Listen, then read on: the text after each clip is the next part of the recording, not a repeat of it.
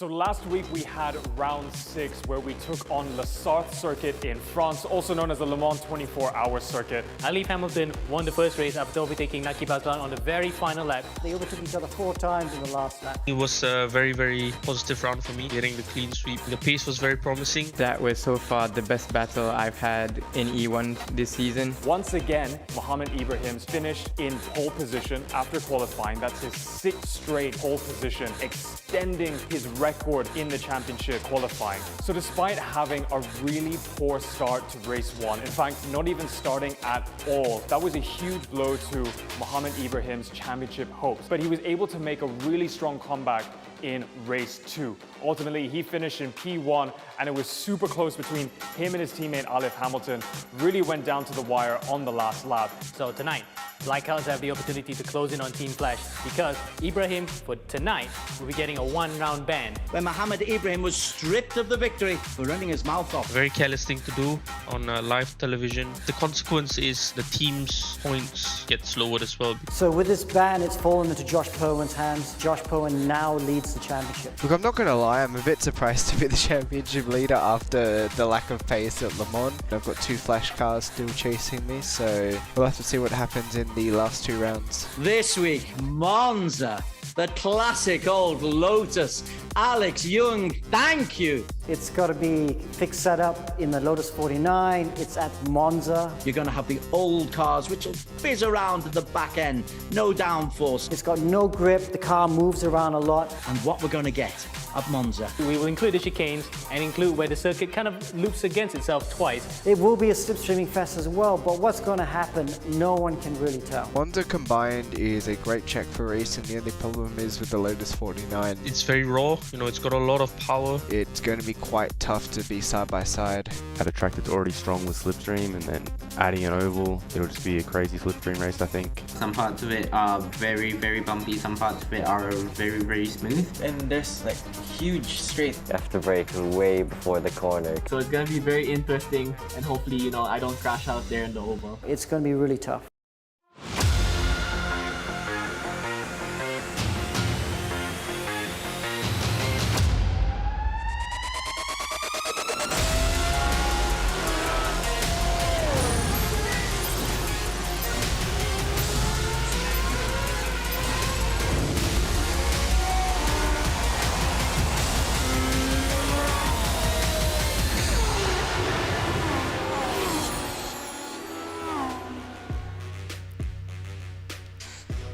Buongiorno! Hello and welcome to the E1 Championship Season 2, Round 7, where we're going to be racing at Monza Combined. All of the action tonight is brought to you by our sponsors, Evo Club Car Insurance with Pro Mileage. Make sure you check out their website, evoclubinsurance.com, to find out how you can save up to 40% off your next car insurance renewal. Don't forget, you can also catch all of our action on our Facebook page, on the E1 Championship, and on the EGG Network website.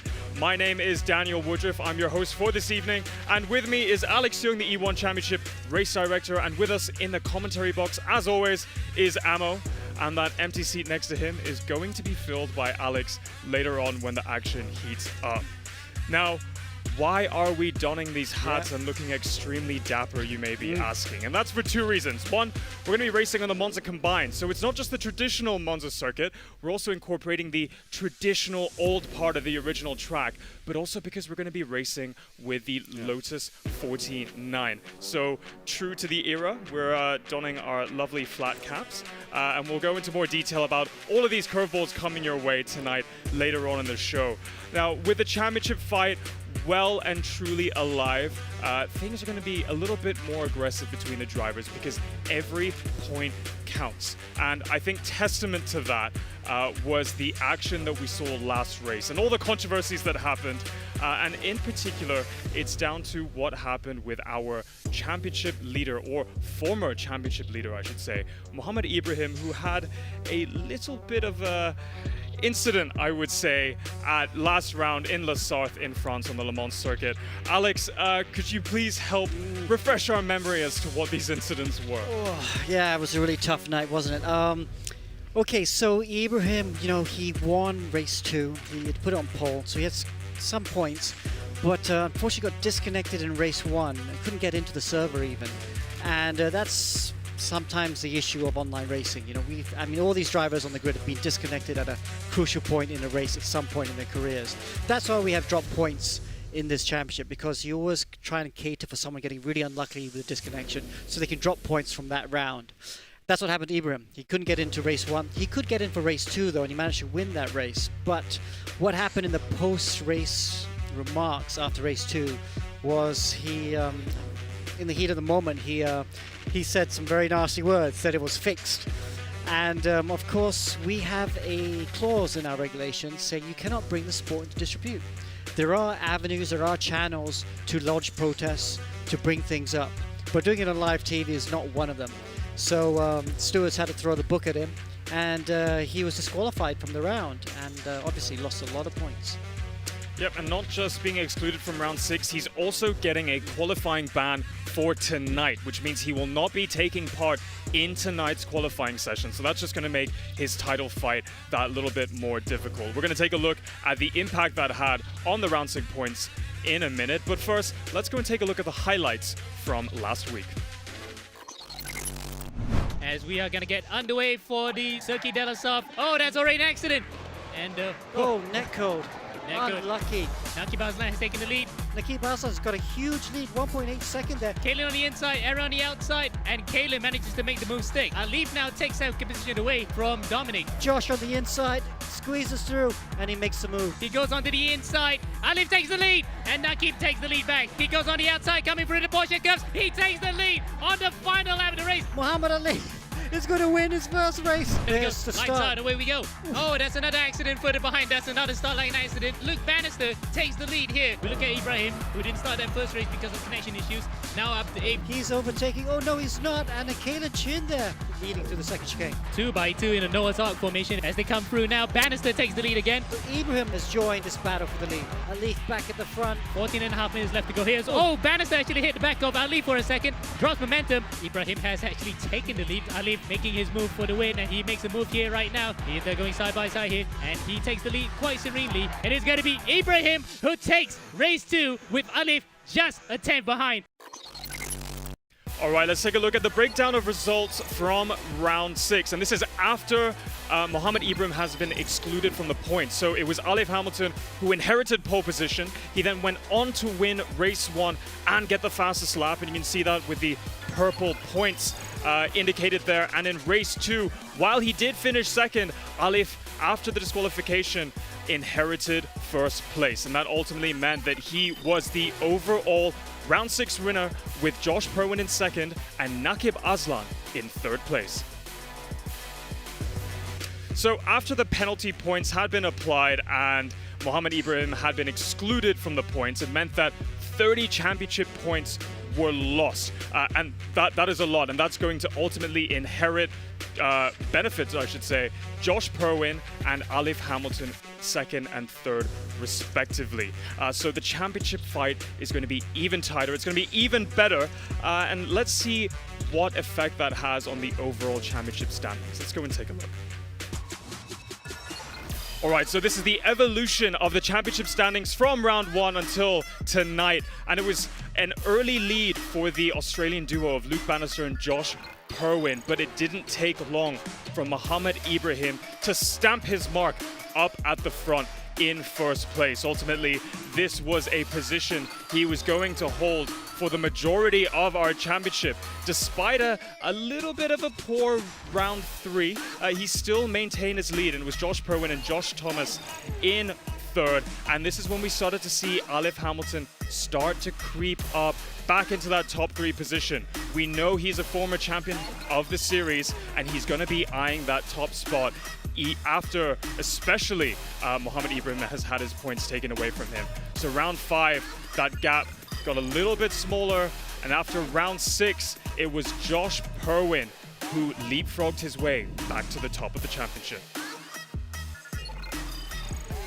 And what has this meant for the team championship? Well, it's Team Flash still at the front. The gap has shortened slightly to BlackArts Racing, who are having their best championship to date. Safehouse in third, Stratos Motorsports in fourth, and BlackWolf Racing in fifth. All right, so we can see there the penalties have had a huge effect on the overall championship standings. I mean, we've got Josh Perwin now becoming the leader of the championship. Alif is now P2 after collecting 57 points in round 6, and Ibrahim has dropped to P3 after losing 30 points last week. So my question for you, Alex, is how is this going to change Ibrahim's approach to the last 2 rounds? I'm sure he'll still go flat out. I mean, we do see Muhammad Alif now in second in the championship, but when you consider the drop points, it's still very close between Ibrahim and Josh. Now here you are, you can see, without the drop points, doesn't look very good for Alif. He's lost a lot of points there, and he's quite far behind Josh and Alif, who's now up to second. However, when you take into drop points, and drivers must drop their worst scores between rounds 1 and 7. This is how it looks. So the colors in red, those are the lowest scores for each driver. So you can see Ibrahim will drop points from round 6. So he drops 0 points, whereas Alif has to drop 19 points from round 1. Josh has to drop 22 points from round 3. And that narrows it up quite a bit. And when you take out those drop points, you actually see Muhammad Alif is actually in second place. And he's only 4 points behind Josh Perwin. And then you got Muhammad Alif there, another 26 points off the lead, 22 points off the lead. So it is still very close between the 3 of them.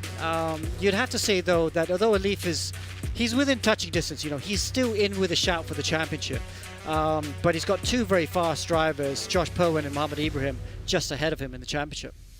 So the 2 things to consider here. One is they can still drop points from the results they have in round 7. That was just our preliminary calculation based on the races so far. So if some drivers have an even worse round 7 tonight, they can drop those rounds, those races. And the second thing is it now becomes a 3-horse fight.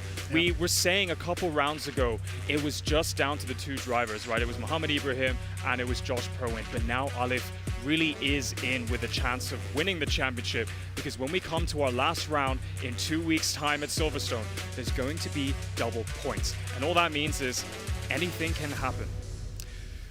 So, we have drop points coming up. We've got more curveballs coming your way. As mentioned, we're going to Monza. We're racing in the Lotus 49s, and that's why we're wearing our lovely caps. And to explain a little bit more about the intricacies of tonight, it's over to Amanda. Hello, I'm Amanda Andrea, and welcome to E1 Championship Season 2, Asia Pacific's most premier sim racing championship. Now, last week, we saw drivers complete the second and final mystery circuit of the season. With 6 rounds of racing in the rear view, tonight, just before we head into the grand finale, we will be heading to a true cathedral of speed, the Monza Combined circuit in Italy. Now, the Autodromo Nazionale Monza was the world's 3rd purpose-built racetrack, coming in after Brooklands and Indianapolis. Located within Monza's Royal Park, this is one of motorsport's great locations, bringing back the high-speed oval that was infamously banned, giving this track a difficulty of 5 out of 10. Now, the length of the combined circuit is a total of 10 kilometers in comparison to the modern circuit's 5.79 kilometers. With only an elevation difference of 12.8 meters and 10 turns on this circuit, it was designed to harness maximum speeds out of drivers. Now, the fastest lap record for this circuit was set in 1960 by Phil Hill when he crossed the line at 223 kilometers per hour with the time of 2 minutes and 41.4 seconds. Now, this week, we bid goodbye to the Dalaras as we go back in time when drivers donned leather helmets and goggles. Yes, that's right. Today, drivers will be using the iconic Lotus 49, traditionally coated in British racing green with golden yellow stripes. This 440 horsepower V8 powerhouse is capable of 345 kilometers per hour. And of course, it is a true icon of F1 racing. Now, it weighs at 501 kilograms with a maximum fuel capacity of 179.58 liters. It will take some bold driving to handle the power and weaker handling of the car. Now, today, it is another fixed setup round for the drivers. This means that there are no adjustments allowed to any parts of their car. No doubt, this will be providing an extra challenge as teams are put on a level playing field once again. Now we will begin with a 10-minute qualifying race to determine starting grid positions. Drivers will then compete for points in a 15-minute sprint race and then the 30-minute reverse grid race. Top 5 in from the qualifying will earn points from 5 down to 1, and top 15 from both race 1 and 2 will earn points from 25 down to 1. Of course, an additional 2 points will also be given to drivers with the fastest lap in race 1 and 2. As we head into the second last round of the season, drivers are required to drop points from their lowest rounds. Now, this will potentially tighten the championship points for the drivers quite a bit. With a grand total of $16,000 up for grabs, the battle for the podium is getting intense. The championship winning team will win $4,000 and the trophy, followed by the first, second, third, and fourth runner-up, respectively, for both driver and team divisions. Good luck to all the drivers. Thank you very much, Amanda. That's right, tonight we are racing at the Monza Combined circuit. Now, for anybody that's somewhat familiar with Formula One, you may have seen that track map that just appeared on your screen and been like, what's that big oval doing in that track that I usually see? So, Alex, this is a combination of the latest track that everybody sees in Formula One, but also the original circuit, which has an oval on it. Walk us through it. Okay, so it's a loop within a loop. If you ever watch Formula One a lot, and a lot of viewers here do watch Formula One, you'll notice that on the lead up to the Scari chicane, they go under a tunnel, don't they? They go under a bridge. Well, that bridge is part of the oval. So basically, they go under the bridge, then they take the track, and then they come back to go through parabolic, and then they come back onto the oval. So it's very complicated. It's not quite a figure of 8 because it doesn't reverse against the side, but it's a loop within a loop. So yeah, we can watch some of these guys following Mohammed Ibrahim right now. Let's see, he's going to go through Parabolica right now, which is the last corner on the track. So this will be the last corner on the Grand Prix track, and it's the last corner in Combined. So you come out of this corner and you come through the start track with the chicane. So it's kind of confusing. Hopefully you guys will follow it and understand what's going on. But it does mean it's going to be a Slipstream Fest. And that's been part and parcel of E1 Season 2. We've gone to a lot of tracks, which has been great for slipstreaming, and see a lot of cars. And here we are. This is that turn 1. The car's going through the oval right now. You can see the banking. See, this is the great thing about sim racing, because we can go to these kind of tracks. I mean, these tracks are way too dangerous now. There's no way we could race on these tracks, and especially with these cars. It'd be madness. I mean, these sort of cars, they go about 350 kilometers per hour because they're built like bullets with no downforce and no drags. And literally, if you go off, that's it. You know, you're probably looking at a fatal accident. That's how dangerous it is. But we can do that in the sim world, and we can enjoy the majesty of watching these cars going on the banking, flat out. Look at the suspension movements over the bumps. That's how it was in the old days. You know, very softly sprung. And now you can see they've gone through the second corner, which is the banking, and now they're back on the Formula One track. They have to brake for the chicane. So this is the modern element of this track. In the old days when they ran these cars, there was no chicane, but we wanted to put in the chicanes because it's more challenging, so you can get used to it. The cars have no grip. I hear they're braking at like 250 meters, 300 meters before the corner, whereas if you did it in the Formula One car, modern Formula One car, you're braking at 100 meters before the corner, so it's 3 times the braking distance. It's going to be fabulous to watch. It's going to be slipstreaming. It's going to be racecraft. This is one track you can start right at the back, and it's still easy to win. Well, that was actually going to be my last question. So starting from the back will be Mohammed Ibrahim. Yeah. I guess it won't really matter too much. Yeah, I mean, I'm not sure he would have got pole today anyway, because I'm looking at the timing and it's very, very close. The timing is very close. But he would have wanted to try an attempt at getting those 5 points you get for pole position. But you're right, pole means nothing here. You could always say every track is nice to have pole, even though you can overtake, but here especially, you actually want to be at the back, as long as you can stay out of danger. I don't think you want to lead on the last lap. You know, the closest ever finish ever, I think, was 5 cars within, I think, 2 tenths or something, and that was at this track, within 7 tenths, 8 tenths. Anyway, that's how close the racing is here, and we're going to see that today. Well, I can't wait. Qualifying still going to be very important to collect those final few points in the championship fight, and all of that action's coming your way right after this break.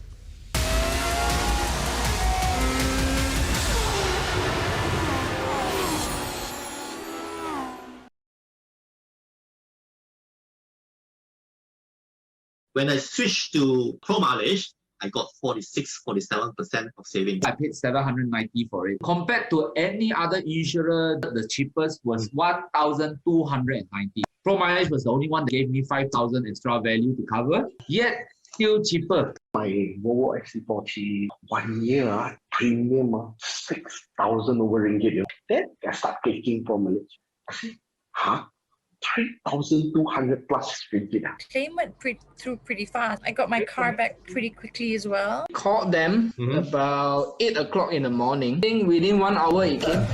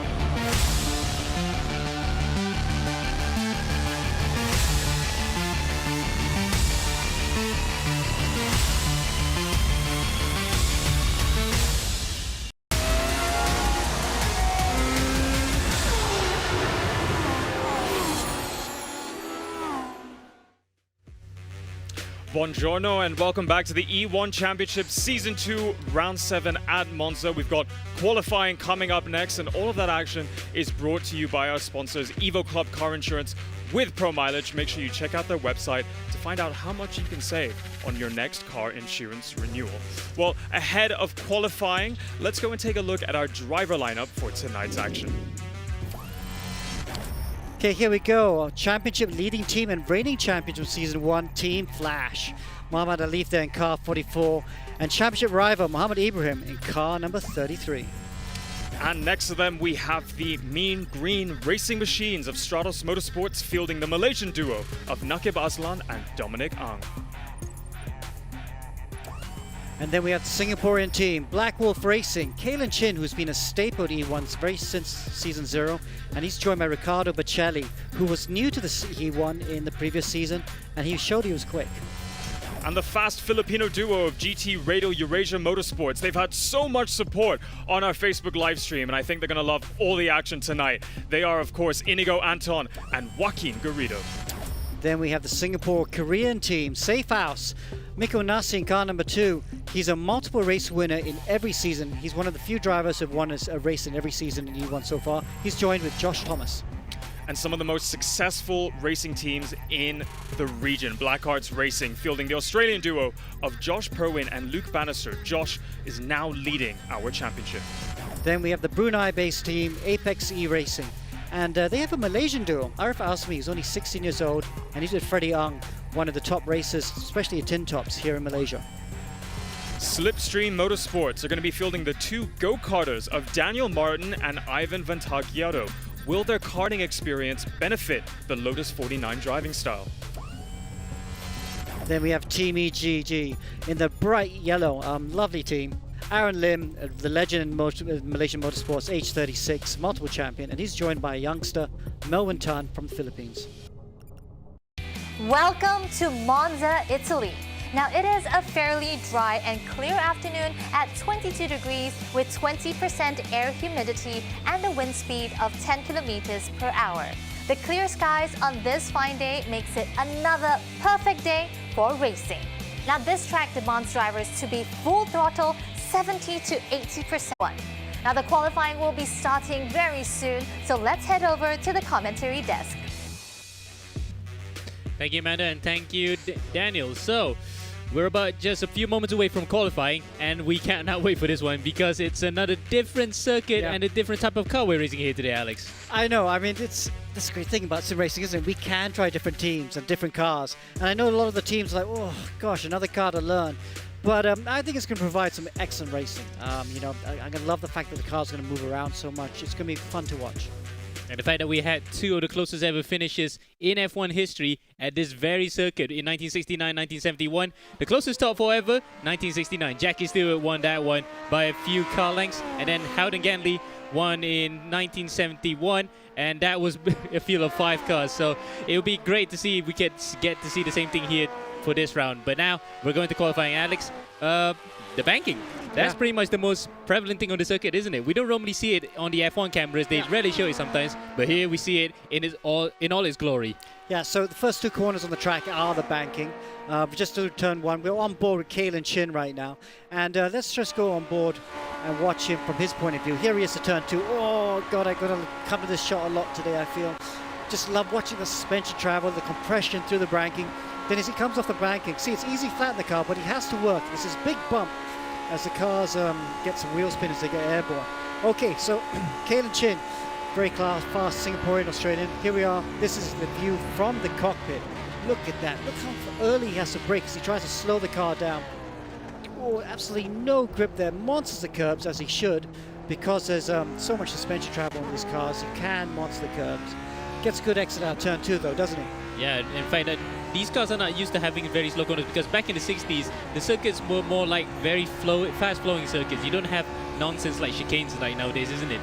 They can just be able to just stretch their legs out and just tap the throttle. And here, used to be just a kink, now it's another chicane. So really, it's a mixture of both, isn't it? It's a mix of both worlds. You have the fast-flowing ovals and then the tight sections. And he's really working the car, isn't he? You see the rears locking up as he brakes for the second chicane.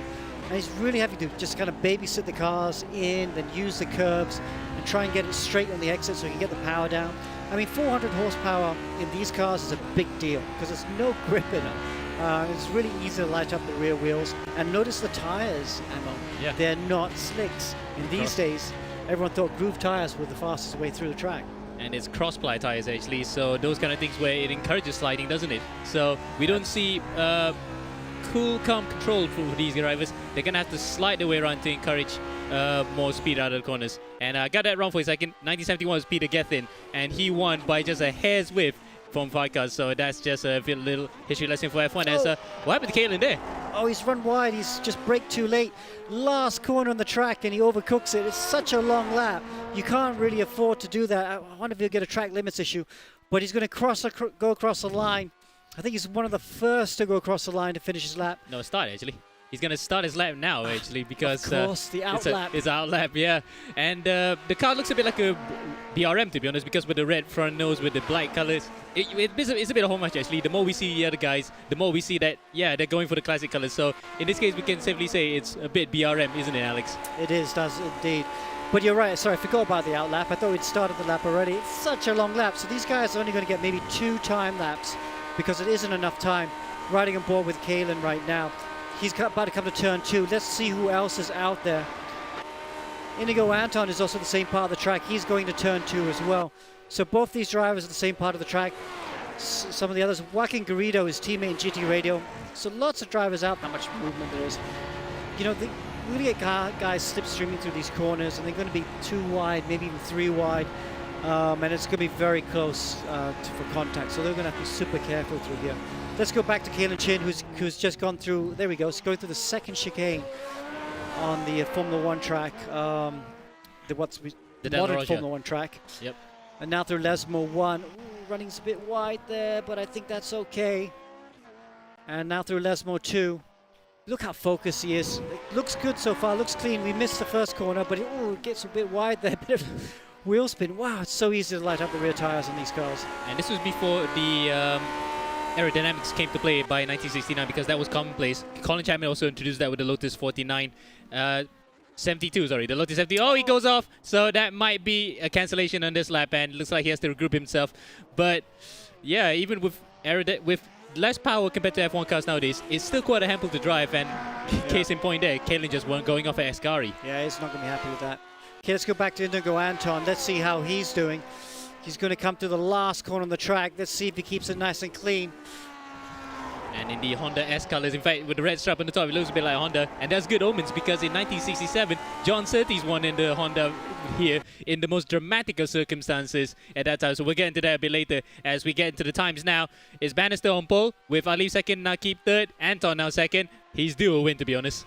Wow, okay, so Luke Bannister came in from nowhere to go quickest of all on BlackArts Racing. And I wonder if he's just going to carry on with this lap. It looks like he's just going to carry on with this lap. It kind of makes sense with the lap being so long. Ammo, does it make sense to come into the pit and try again? I don't think so. Because normally you just want to try to get one lap in as a banker, and after that continue if you feel like you have the momentum. In this case, some of the other drivers, like Kalen, he might have actually wanted to go on anyway. So yeah, I think they just want to keep on going. For those drivers that can afford to just do one banker lap and then come in, they can do so. But pressure will be on in that final run. Yeah, so the Australian on pole. Here he comes down the start-finish straight again. Watch for the bump. Yep, the bump, the wheel spin. My God, he got close to the barrier there. But yeah, so the cars, yeah, it makes sense because you won't get the tire drop-offs as well. These old tires, they could keep going and going. So it makes no sense to come into the pit and put new tires as you would do in, say, like a modern Formula One car. Whoa, he's run too wide there. That's going to cost him time. Won't be happy with that. But it's a long lap. Maybe he can recover it.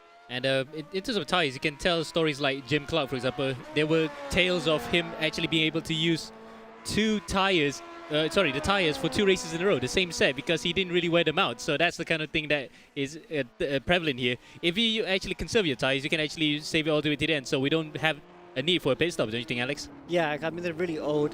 Though, having said that, Luke slowed right down for some reason. Let's see. So right now, Luke Bannister is on pole. He has time for, I think, one more lap, although this one seems like he's backed off. And then Inigo Anton there in P2 at the moment.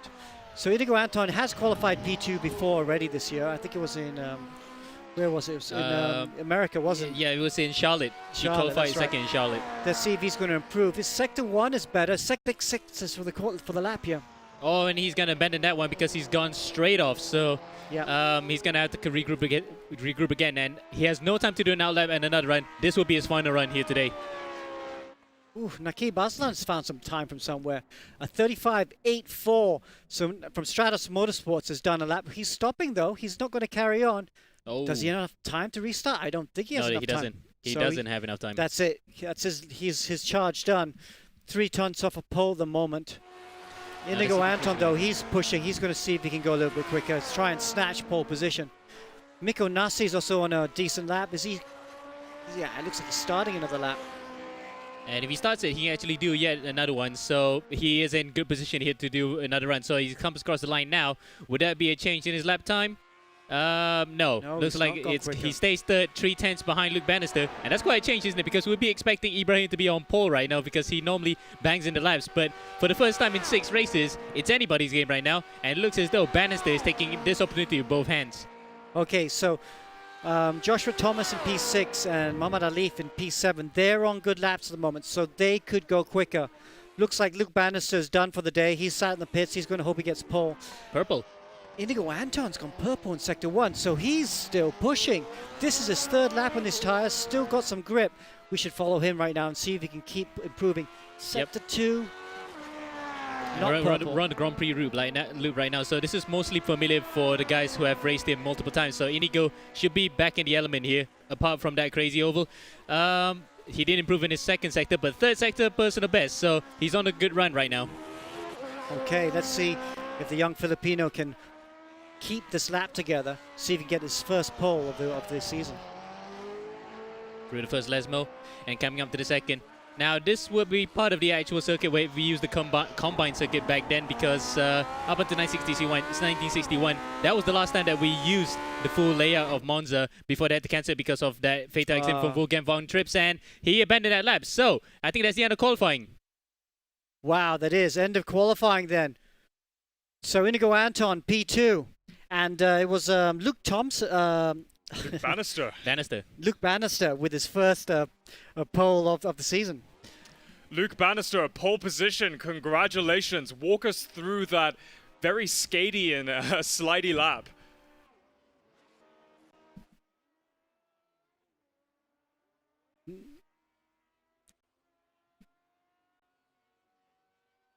Wow.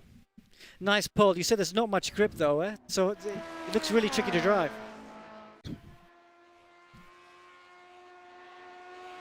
We seem to have a bit of audio problems, but we'll get that sorted soon.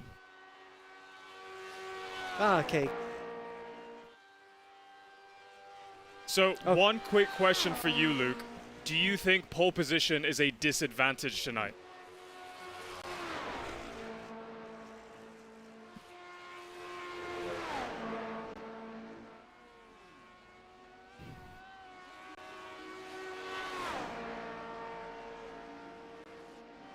All right, well, congratulations. Anyway, we hope to see you keep up at the front in race 1. Yeah.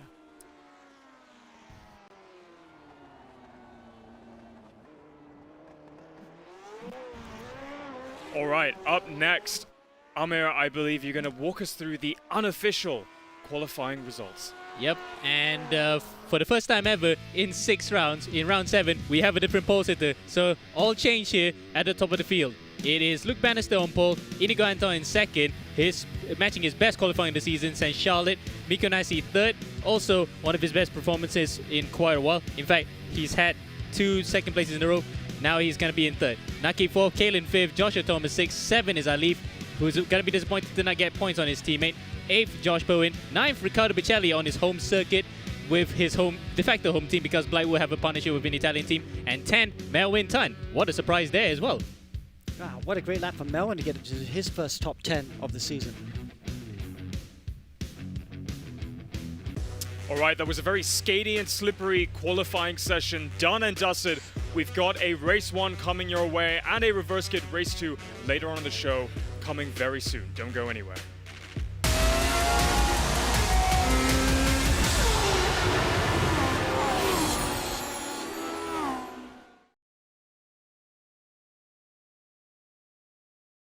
When I switched to Pro mileage, I got 46-47% of savings. I paid $790 for it. Compared to any other insurer, the cheapest was $1,290. Pro mileage was the only one that gave me $5,000 extra value to cover, yet still cheaper. My Volvo XC40 1 year premium 6,000 over ringgit. Then I start taking Pro mileage. I see, 3,200 plus ringgit. Claim went through pretty fast. I got my car back pretty quickly as well. Called them about 8 o'clock in the morning. I think within 1 hour it came.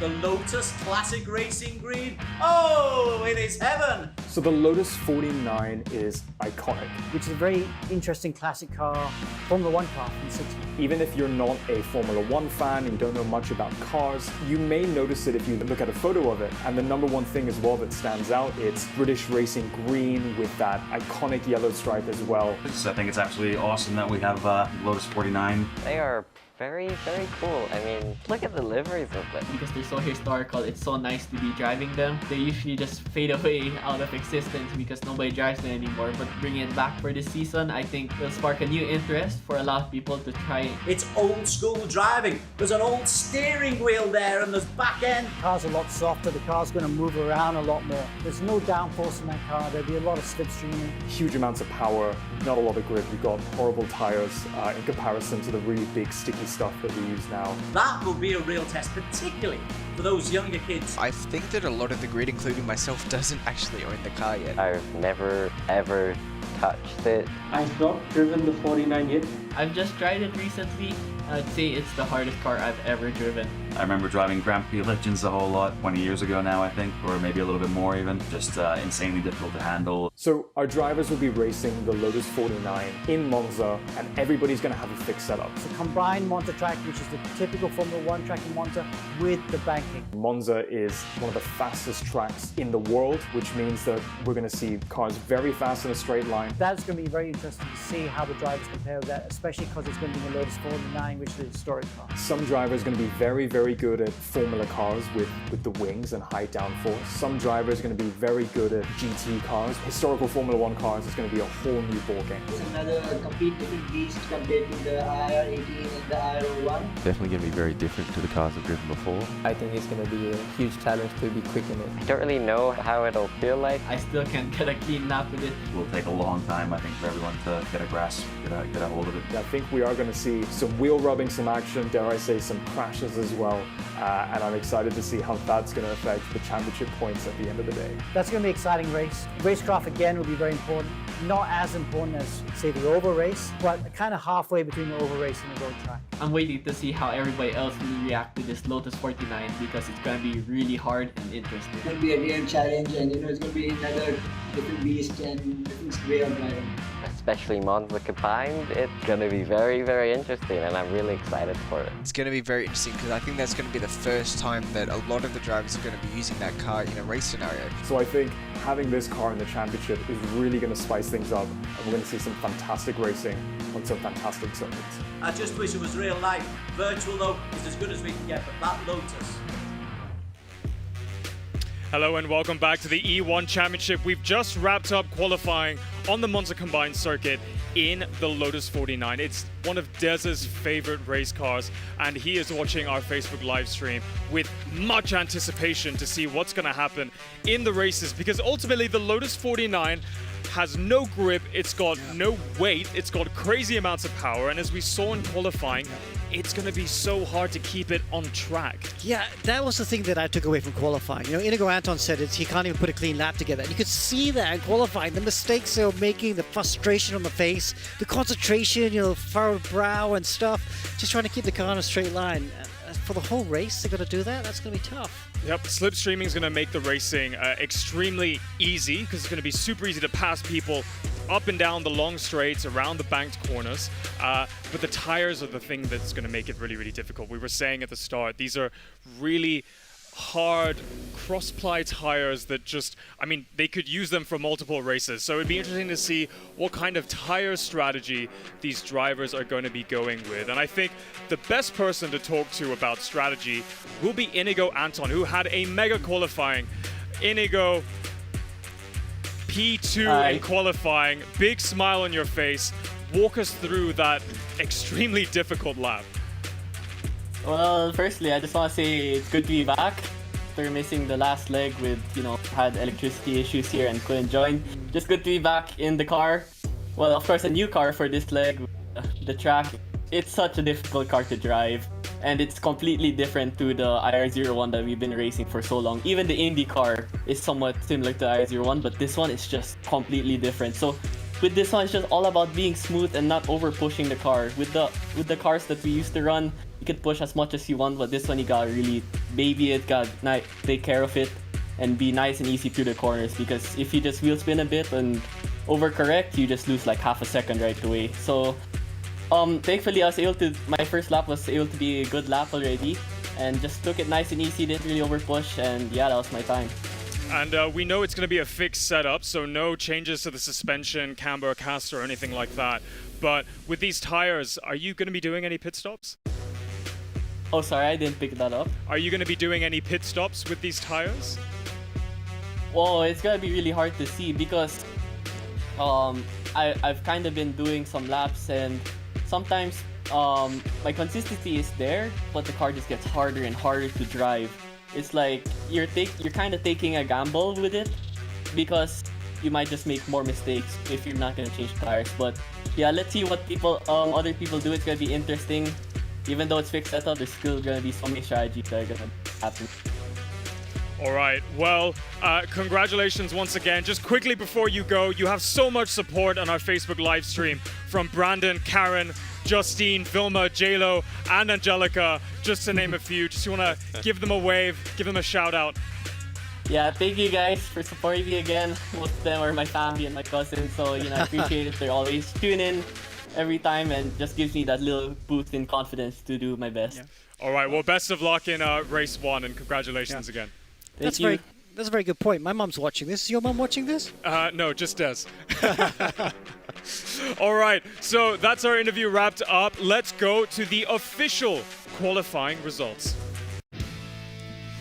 Okay, so here is our official top 5. It is Luke Bannister, the Australian, back on pole position for BlackArts Racing, bagging those very important 5 points, followed by Inigo, Anton, Mikko Nasi once again making an appearance in the top 3, followed by prior champion Nakib Aslan and our youngest driver on the grid, Kalen Chin.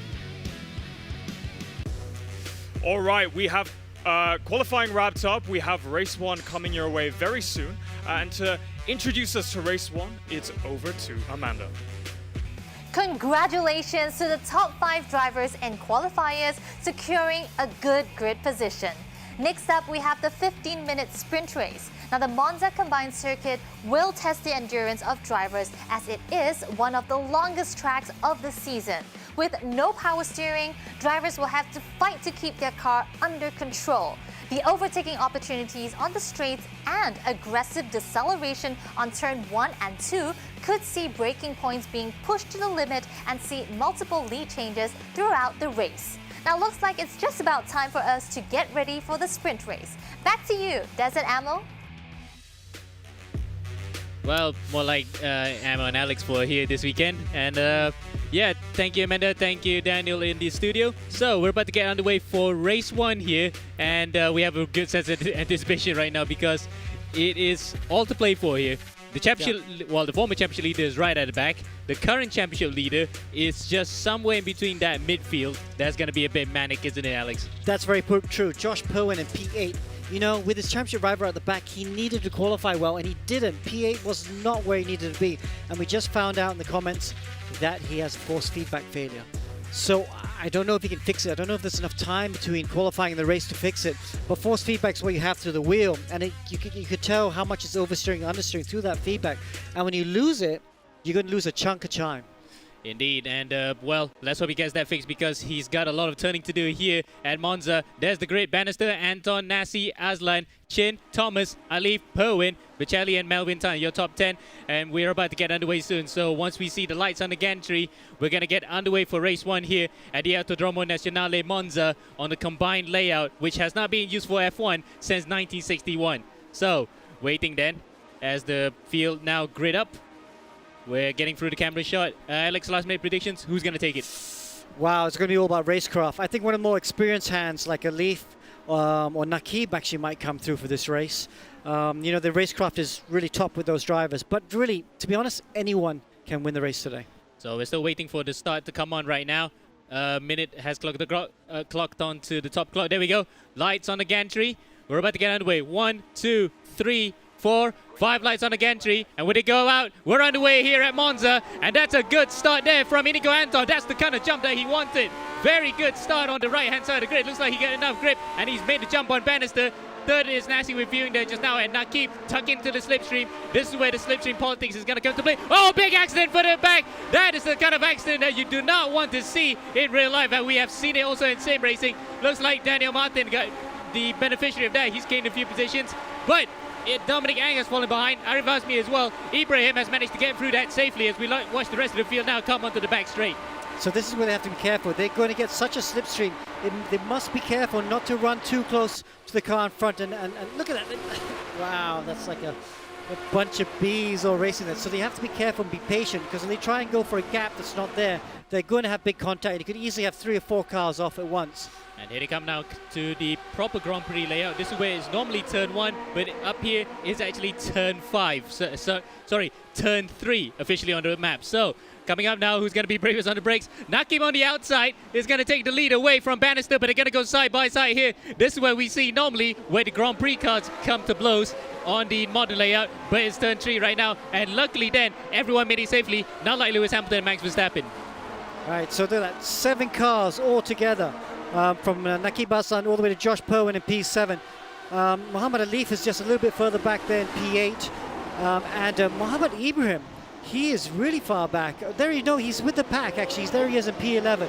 But he's with the pack, so he's with the slipstream, and that's really important for Team Flash. A couple of drivers have actually gotten through that chicane with a bit of a penalty. We saw just now Mel Winton having to slow up, including Inigo Anton as well. Anton has dropped to 6th place behind Kaylin Chen. But right now, at least, this is the slow sections. They can actually have a bit of a breather. But by the time they come back to the back straight and onto the oval again, it's going to be slipstream all the way once again. Okay, let's go to the restart. The start of the races, watch the replay from that first corner accident.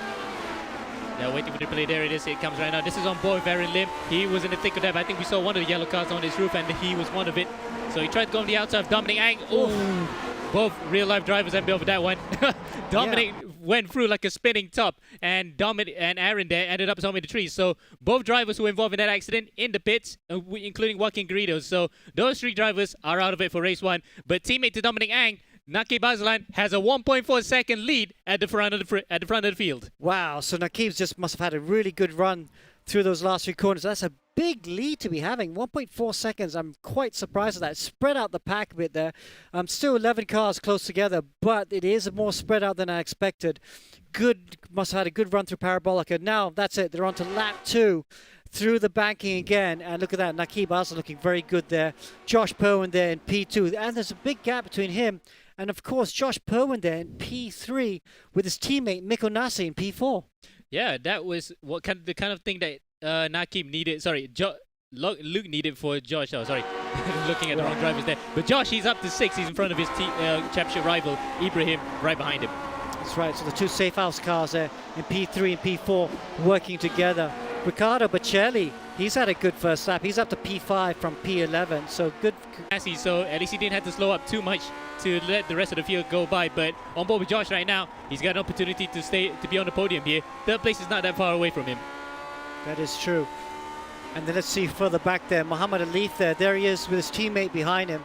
And that's Ibrahim just behind. So Team Flash cars together. And I'm sure they're going to work together to try and close the gap to the top 5. Yeah, and this is not the kind of position they want to be in, isn't it? Because right now, a couple of, 1 second in between Alif and Inigo. Inigo has managed to cut out to the back of that. Okay, so we saw the pack get separated at the end of the lap 1. I think that was due to an accident between Inigo Anton, Kaylin Chin. Let's have a look at that replay. Well, we're waiting for the replay right now. Coming, there we go, it's coming. This is Kaylin's onboard view. He's on the inside coming up to Ascari. Oh, that's actually Josh going straight on. Josh went straight onto the gravel trap. Inigo follows suit. And no wonder we actually have a breakup in the field. And that's Kaylin spinning for collateral damage. But no wonder Nakib actually had a big lead at the end of that first lap. That incident happened. And who do you think was at fault there, Alex? I don't know. It looked like a racing incident. We'll have to look at it again. But there's Kaylin Chin in P10, quite far down from everyone. So not a good. Look at that huge gap. He's completely lost the slipstream of everyone else. It's going to be almost impossible for him to catch up to the leading pair. Yeah, but talking of slipstreams, remember the likes of Jim Clark back in 1967 had a puncture at lap 12 in the race. went all the way to the back, almost bog glass, managed to catch the slipstream again. He nearly won the race at the end, only for the Lotus 49, the very same car we're looking at right now, to run out of fuel towards the end. So it is possible actually to catch the toe, but if only that the drivers in front are battling, just like we're watching right now with Luke Bannister, who's willing to get back to his pole position right now, and he's in the slipstream Naki Aslan. Yeah, I think as he overtakes quite straightforward slipstream move. I'm going to disagree. I don't think Caleb Chin's got much of a chance because these cars are too far in front and the slipstream is just too close and the race is just too short. These two have completely broken the slipstream to the rest of the pack, and it really looks like it could be these two challenging for the race win here in race 1. Indeed, and unless the two of them tripped over each other, especially coming up now to the first chicane, this is going to be the point of contention for the drivers if they get it wrong, as Bichelli comes up to the top of the timing chart. But I think that is actually a mistake because he is somewhere on the track right now, further behind. Anyway, whoa, Nakib slides into the first turn, onto the sausage curves, and yet somehow he manages to hold on to the lead, but Bannister's got a better run out of there. Coming out to the Curva Grande, this is going to be a Curva Grande move coming up to the Roger. And that turn 3, the old F1 turn 3, that's not easy flat in these cars, and that mistake is allowing Mikko Nassi to close the gap to the front two. So this battle is going to become a three-way battle for the lead. Oh, Mikko almost tags Nakib through this corner. And this is good for Bannister's chances because he gets to actually pull away a bit. Meanwhile, further behind in 4th place, Inigo Anton, who was in 2nd at the grid, got involved in that little shenanigan coming out there. Ascari has made his way up to 4th from 8th place. So good recovery so far. He managed to catch back to the back of the toe then, and it looks as though he's gotten very used to the car quite quickly. He looks good here for a top 4 finish, unless the guys in front actually trip over each other. That's right. He's got the two Team Flash cars, Ibrahim and Alif right behind him. Josh Thomas in the 2nd Safehouse there in 8th place as well. But they got a lot of ground to catch here because you look at that, Anton's out of the toe. Sadly lost 20 years ago to the day. As coming out to the final corner now, Anton, he's being chased by Ibrahim. Ibrahim is close there. In fact, these 4 in shot right now in this particular group are not that far away from the top 3 as they now start yet another lap. Lap 4 right now of this race. As Ibrahim looks down the inside. Let's go to another replay. So we get the replay hit. Here we are with Bichelli following a pack of cars. Oof, he just, both of them ran wide, and then contact between the two of them. Wow! That's a flying car, and he's on the wrong straight now. Oh, that's good. That's Bichelli's race done and dusted. And, that's unfortunate. And it's Josh Perwin as well that was involved in that accident. Oh. Championship leader Josh Perwin is out of the race. Wow, that's a turn up for the books. And remember, the drop point, he has already gotten his drop points, and that's why he's in the championship lead right now. This is disastrous for him, so we're going to talk about it a bit later. But right now, coming up to the front of the grid, this is between Nakib, Luke Bannister, and Mikko Nassi. So Luke Bannister then with the opportunity to uphold the BlackArts honor and try to gain points here. But it is not what the BlackArts team wanted. They want their driver who's in the championship contention to be up there. So right now, at least in the team's championship, this is their best hope at the moment. Wow, championship leader out of the race. That's for the 2nd race 1 in a row. So Josh Perwin, well, he's going to lose his championship now because he's going to get 0 points for race 1.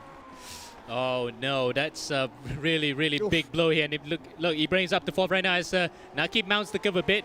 Luke Bannister also followed closely, and in turn, both of them actually fall into the clutches of Mikko Nassi. So right now, it is a game of chess here. Who's going to be the one who's leading the pack coming into the final lap? They're going to have to break the toe right in front here to prevent the other driver behind from catching up. Yeah, and then we go through lesson 1 and 2. Top 3 there. Let's have a look a bit further back to the battle for 4th position. 4-car battle for 4th position. Ibrahim there, he's getting a bit of daylight there, isn't he? He's breaking the toe. No, sorry, I take that back. Alif is right there. He's not going anywhere, is he? And we also know the fact that Inigo was in 4th place at one point. Now he got mugged for 4th place by the 2 flash cars. So it's a battle of its own here. We have 2 distinct groups of cars racing right now. The first group is the 1st from 3rd. That's going to be challenging for the win. But the one behind the top 3 is also just as interesting. 4 cars between Ibrahim, Alif, Anton, and Josh Thomas. So any which way we look at it here, we got battles all around. Well, it is good battle there. Alif needs to stay close to the leader, to Ibrahim right now, his teammate. Let's look at the battle for the lead, though. There we go.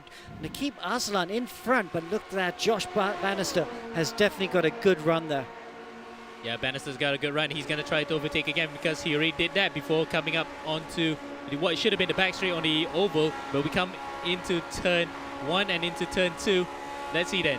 Look at the speedo. 300 plus kilometers per hour from a car in the 60s, and with only 5 gears. Is that insane, Alex? That is insane. These are missiles. They're bullets. And then keep their slots back in the second position, going through turn 2, the banking here. Oh, look how much the cars move. It's not easy to stay flat through the banking. It's not easy, but at the same time, up to the front as well. And Nakib has to take advantage of that. Good exit, didn't he? Hope that the 2 cars behind fight. Let's go back to see that battle for 4th position, because that's looking close. Inigo Anton back up to 4th in front of both Flash cars, and Leaf there in 5th. Thomas in 6th, and Ibrahim's dropped all the way down to P7, so he must have made a mistake. Yeah, indeed. That might have been a mistake from Ibrahim that actually cost him 3 positions if you look at it, because he dropped behind to this Kia driver. So what have happened? Unfortunately, we might not have a replay of that, but we look at the present right now as Alif goes onto the inside, takes 4th place at the second Lesmo from Anton, but Anton fights back. It's going to be on the straight right now. Frusaraglio coming out to Ascari. Look at that. These 2 cars, they are inseparable. 4, in fact, if you include the rest of the 4-car battle here. Okay, Alif has the inside for Ascari, but is Inigo going to try and go on the outside? Inigo just needs to slot in here. He doesn't want to run side by side with the Leaf all the time, because they're just going to compromise each other.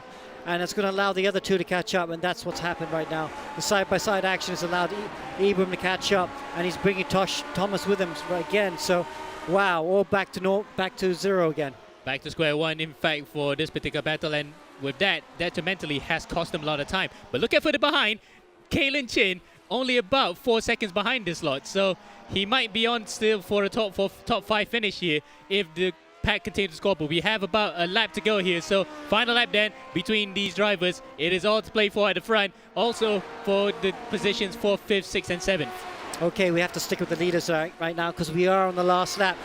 I'm going to say Nakib Aslan's in the perfect position, because we can slipstream Thomas here, Bannister here, sorry. Maybe he can hold it off for the rest of the lap. Let's see if that will be put to the test here, if Alex's position skills is coming true. Coming up now to the second corner. This will be the last corner on the actual Grand Prix circuit, but it actually is the second corner on this course, so we are going through the paddock again as the battle for 4th position. That's actually quite close. Car number 44 holding on to 4th position. Car number 8 in 5th, trying to get that back. They're coming out to the exited banking onto the final straight, which of the Grand Prix circuit, the start of the straight. Look at that, a bit of a jump. Oh, Inigo nearly collects the barrier on the inside there. Luckily, he held that quite nicely. It looks like he had the living daylight scared out of him, but he is still in the contention to fight for pole position. Coming out to the Retifilio now. He's got the inside, he's got the line, and he is ahead, but only just this time. Wow, we had to go to this battle because it was so exciting. But meanwhile, Nakib Aslan did find his way through. He slipstreamed Luke Bannister through the through the second corner, and now can he hold on to the end? That could be a mistake. That could allow the opportunity for Bannister to come back at him. Nasi, though, watching brief. He's been watching brief this whole time. He just wants the both of them to make a mistake. Bannister's made that mistake. In fact, he has actually jumped the curve and lost a bit of time there. So he has to rely on the slipstream on the back straight of the Grand Prix circuit through Saraglio to get any opportunity to actually pass, coming up to Excari right now.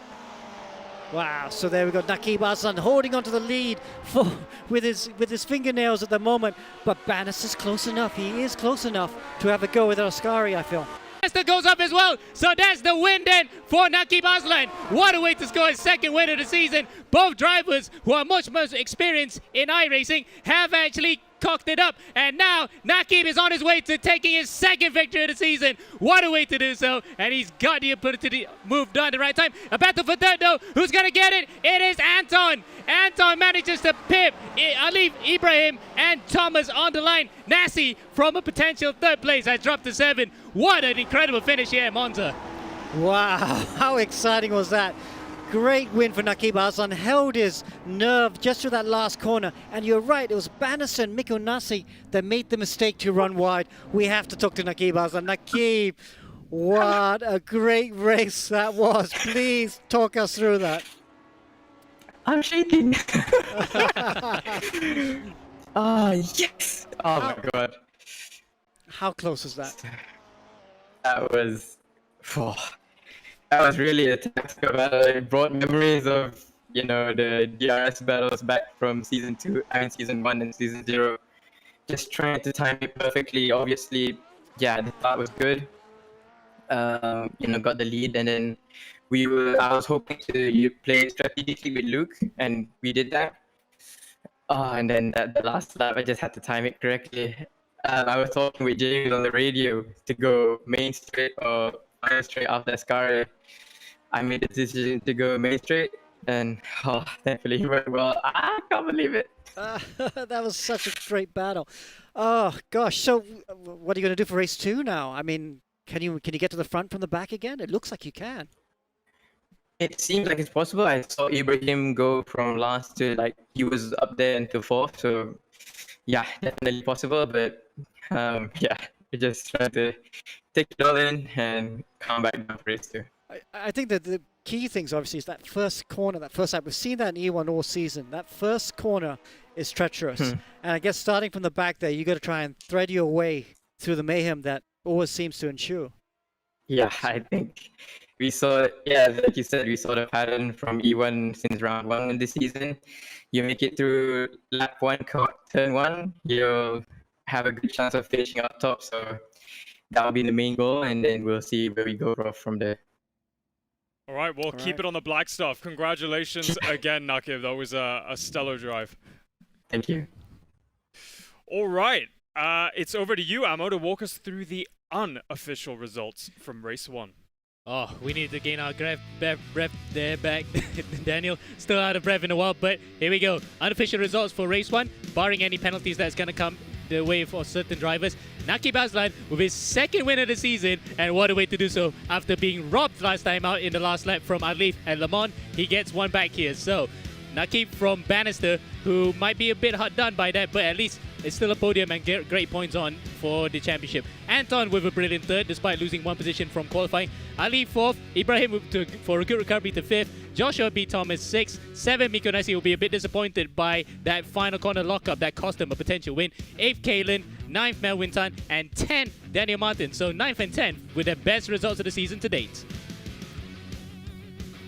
That's right, thank you, Amo. That was a crazy race 1. There is so much to unpack there because there are so many different implications on the overall championship, particularly with where Mohammed Ibrahim finished and where Josh Perwin finished. But all of that and more to come right after this break.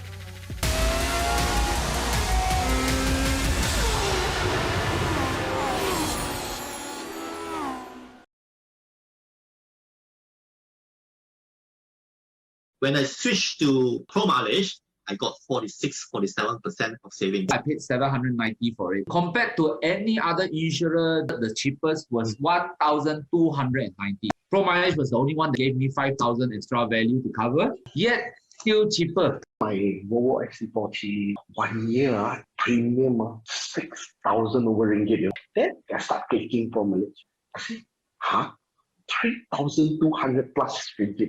Claim went through pretty fast. I got my car back pretty quickly as well. Called them about 8 o'clock in the morning. I think within 1 hour it came.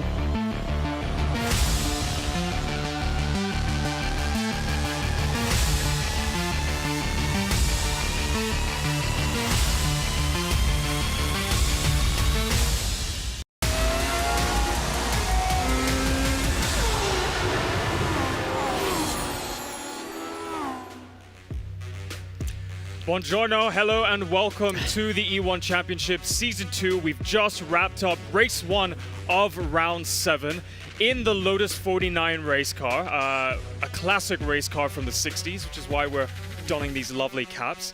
And all I can say is, I'm glad that I didn't put any money down on this race, because I think this would have been the worst race to do so, just because it's so unpredictable. I mean, Nakib Azan back in P1, I mean, you couldn't call who of the top 3 would have won that race. Yeah, no, I mean, oh, I did actually. I did. I know you did. Okay, yeah. maybe you should have put money down. Because yeah, these sort of races, you need the experienced drivers who know whose racecraft is really good. And we knew Nakib would be up there. He got a bit lucky though, because there were some other drivers who would have also been up there, like Josh, like Alif, like Ibrahim, who kind of lost the slipstream to the top 3, didn't they? So he had that small of a gap. So, I mean, I say even. I mean, he still had to beat Mikko Nasi and Luke Bannister. So it was a really, really close race. But at least the herd was thinned out a little bit for those last few laps. That's right. It was like watching Cup pre-racing in motorcycles, seeing all those little packs of drivers. And Alex, it's interesting that you mentioned racecraft being an important element, because ultimately we always pin Mikko Nasi as one of the best pure racers on the track, but he just had a nightmare of a last lap, and we're going to speak to him very shortly. But I think we should speak to Luke Bannister first. Okay. Luke, must be a bit, I mean, that is frustration on your face. Walk us through your race 1. Yeah, the whole race, I was just trying to go as quickly as we could, trying to stay ahead of the Ibrahim Alif and Indigo group. That was my main goal, so I was just sticking behind when I had to, and then we got to that last lap and I tried to pass earlier in the lap, but I couldn't get it done, so then it came down to the last corner, and yeah, I didn't quite have the slipstream. He weaved out of it, and then I went on the brakes trying to go around the outside, and I think Mikko just went a little bit deep, so I had to fully come off the brakes, and luckily he didn't hit me, and then yeah, ended up P2. So a bit unlucky there. Yeah. Mikko outbraking himself forced you off the move, forced you out of the move. Yeah. All right, well, we are going to have a reverse grid in race 2, and we know how strong the slipstream is. What's your tactic for race 2? Can you even have a strategy with so much carnage in one of these races? You can have a strategy, but it'll probably go out the window. So a lot of strategies then. You need a plan A through Z. Stay as safe as possible, really. That's all you can do. Try and see the incidents before they happen and back out of them if you can, and then do everything you can to get through it, and then it'll all come down to the end probably again. Well, I say this time and time again, you just got to keep it on the black stuff. P2 still very good for the championship, so congratulations there, and we'll see how much you can climb up in race 2. Cool. All right. We have to talk to Mikko Nasi. Mikko Nasi. Yeah. Okay, so Mikko Nasi, I mean, yeah, that was interesting. We just had a chat with Luke Bannister, and he said he saw you coming up the rear of him into the last corner. He got very worried and had to get off the brakes. Yeah, that was an interesting race. Well, yeah, it was. I was during the race. I was thinking that Nucky probably missed more apexes than he has all season, but then yeah, I saved it until that last corner to make my mistake.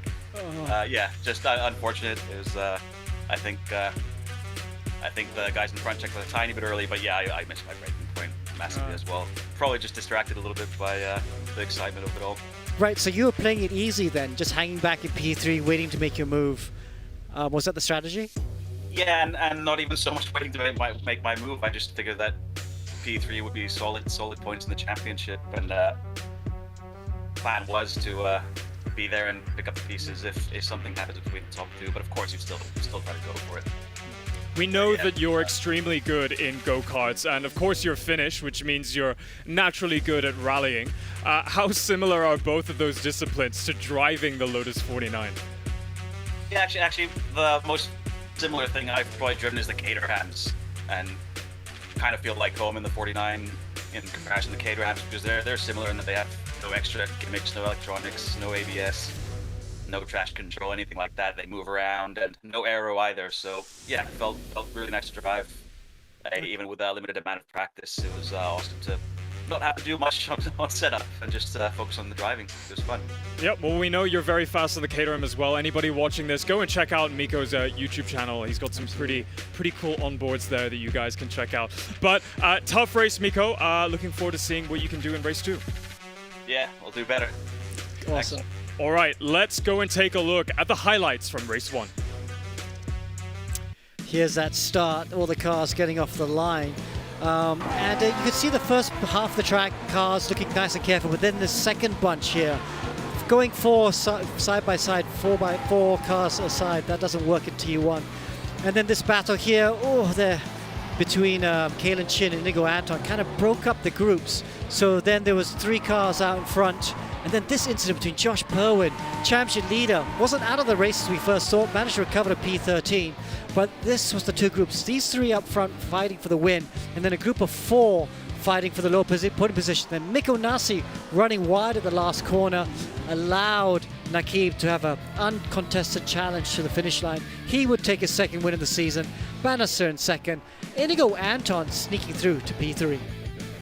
All right, and here are the official results from the carnage of race 1, and it's Nakib Aslan with his second win of the season. We saw how much that meant to him. He was shaking. He was just ahead of Luke Bannister in P2, followed by the fast Filipino Inigo Anton, doing such a good job to get back up to a podium finish. It was Alef Hamilton in P4, but Ibrahim, our championship favorite, is in P5 with the fastest lap. He needs every single point he can get, and boy, he is collecting as much as he can. All right, so carnage there in race 1. I mean, Alex, apart from all the things that we've mentioned, I can't help but feel like luck is a little bit of a factor here. It is. You've got to survive that first corner incident. You know, while we got a lot of experienced drivers in the championship, we've got a couple who are not as experienced. But you know, you just can't go 3 wide into turn 1, and the drivers have to be a bit patient there. If they can get through the first couple of corners, because it is a long race. Don't forget, race 2 is half an hour long with a pit stop. So drivers have to be patient. They can't afford to have an incident and lose the slipstream to the leading bunch, because they'll never get it back again. Well, and one driver that we said had to be patient at the start of this evening's racing was Mohamed Ibrahim. He has been put on the back foot because of his penalties from round 6. And it was all for Josh Perwin to gain. He started up in the mid-pack. He had his, his moments up at the front, but then just that bad luck. He had another driver tag him up the rear, putting him all the way into dead last. I can't help but feel like the tide has changed a little bit. And now Josh also has to be a little bit more reserved in his approach to race 2. Yeah, so he was, like you said, he was in the leading bunch, then he got involved in that incident that almost put him out of the race. But I don't know, I haven't been able to reach out to him to find out if his force feedback is back. Because if he's driving without force feedback, it's very hard to keep the car, put the car where you want it to. And if he's driving without force feedback, he's going to struggle in race 2. I'm hoping he's got it back and he can have a more competitive race 2. Yep, and right now our drivers are in the middle of a inter-race practice session. They're going to be taking all of the learnings that they can from race 1. They can't do anything to the setup, unfortunately, so the team engineers are not going to be very useful in that regard. But what we have seen being very useful was from that interview with Nakib Aslan. He was saying that James Russell, the team manager of Stratos Motorsports, was in his ear on the team radio, giving him a bit of strategy as to when to make the move on Luke Bannister. And ultimately, like with Cup Pre Racing and motorbikes, it's all about timing it on the last lap. You don't want to be starting that last lap in first. Okay, so what we're seeing now is you don't be exactly starting that last lap in first, but the question is, do you overtake at the next straight, or the next straight, or the next straight? Because if you overtake it the straight after turn 1, you might get done in the second straight. But it's also really tricky, because coming out of turn 2, you see that huge bump onto the other start-finish straight. They're flying. Inigo Anton almost lost it in the last corner, on the last lap. So it is a risk versus reward strategy, and you have to play it right. And we talked about Ibrahim, who's in shot right now. Ibrahim he played that race quite well, I think. He didn't take big risks. Okay, he didn't finish in the top 3, but he finished 5th. Got some useful points, especially when the championship leader, Josh Perwin, was almost out of the race. Well, I think I can firmly say that this is going to be my favorite round of the entire championship. I am so excited for race 2, and all of that action is going to be coming right your way right after this commercial break.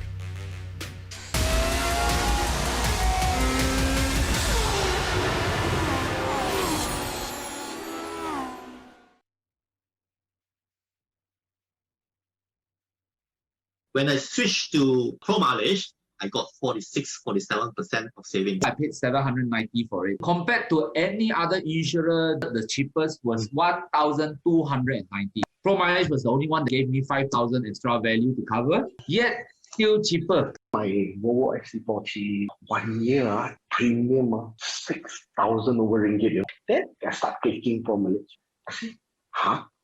3,200 plus ringgit. Claim went through pretty fast. I got my car back pretty quickly as well. Called them about 8 o'clock in the morning. I think within 1 hour it came.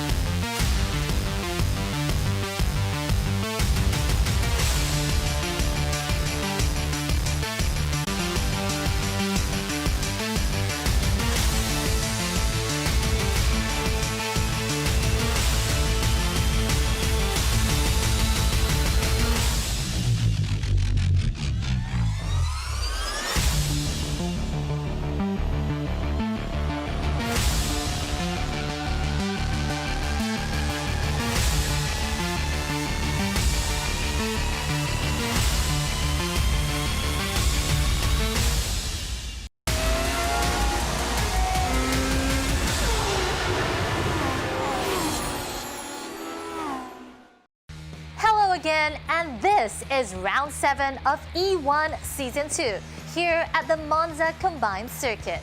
Now that sprint race showed some drivers testing the maximum potential of their cars by hitting top speeds on the circuit's 1.1 kilometer start-finish straight. Now the legendary Parabolica turn is a place where racing legends can be made, but also destroyed. Will going in reverse grid prove a higher difficulty for the drivers? Let's head into the race to find out.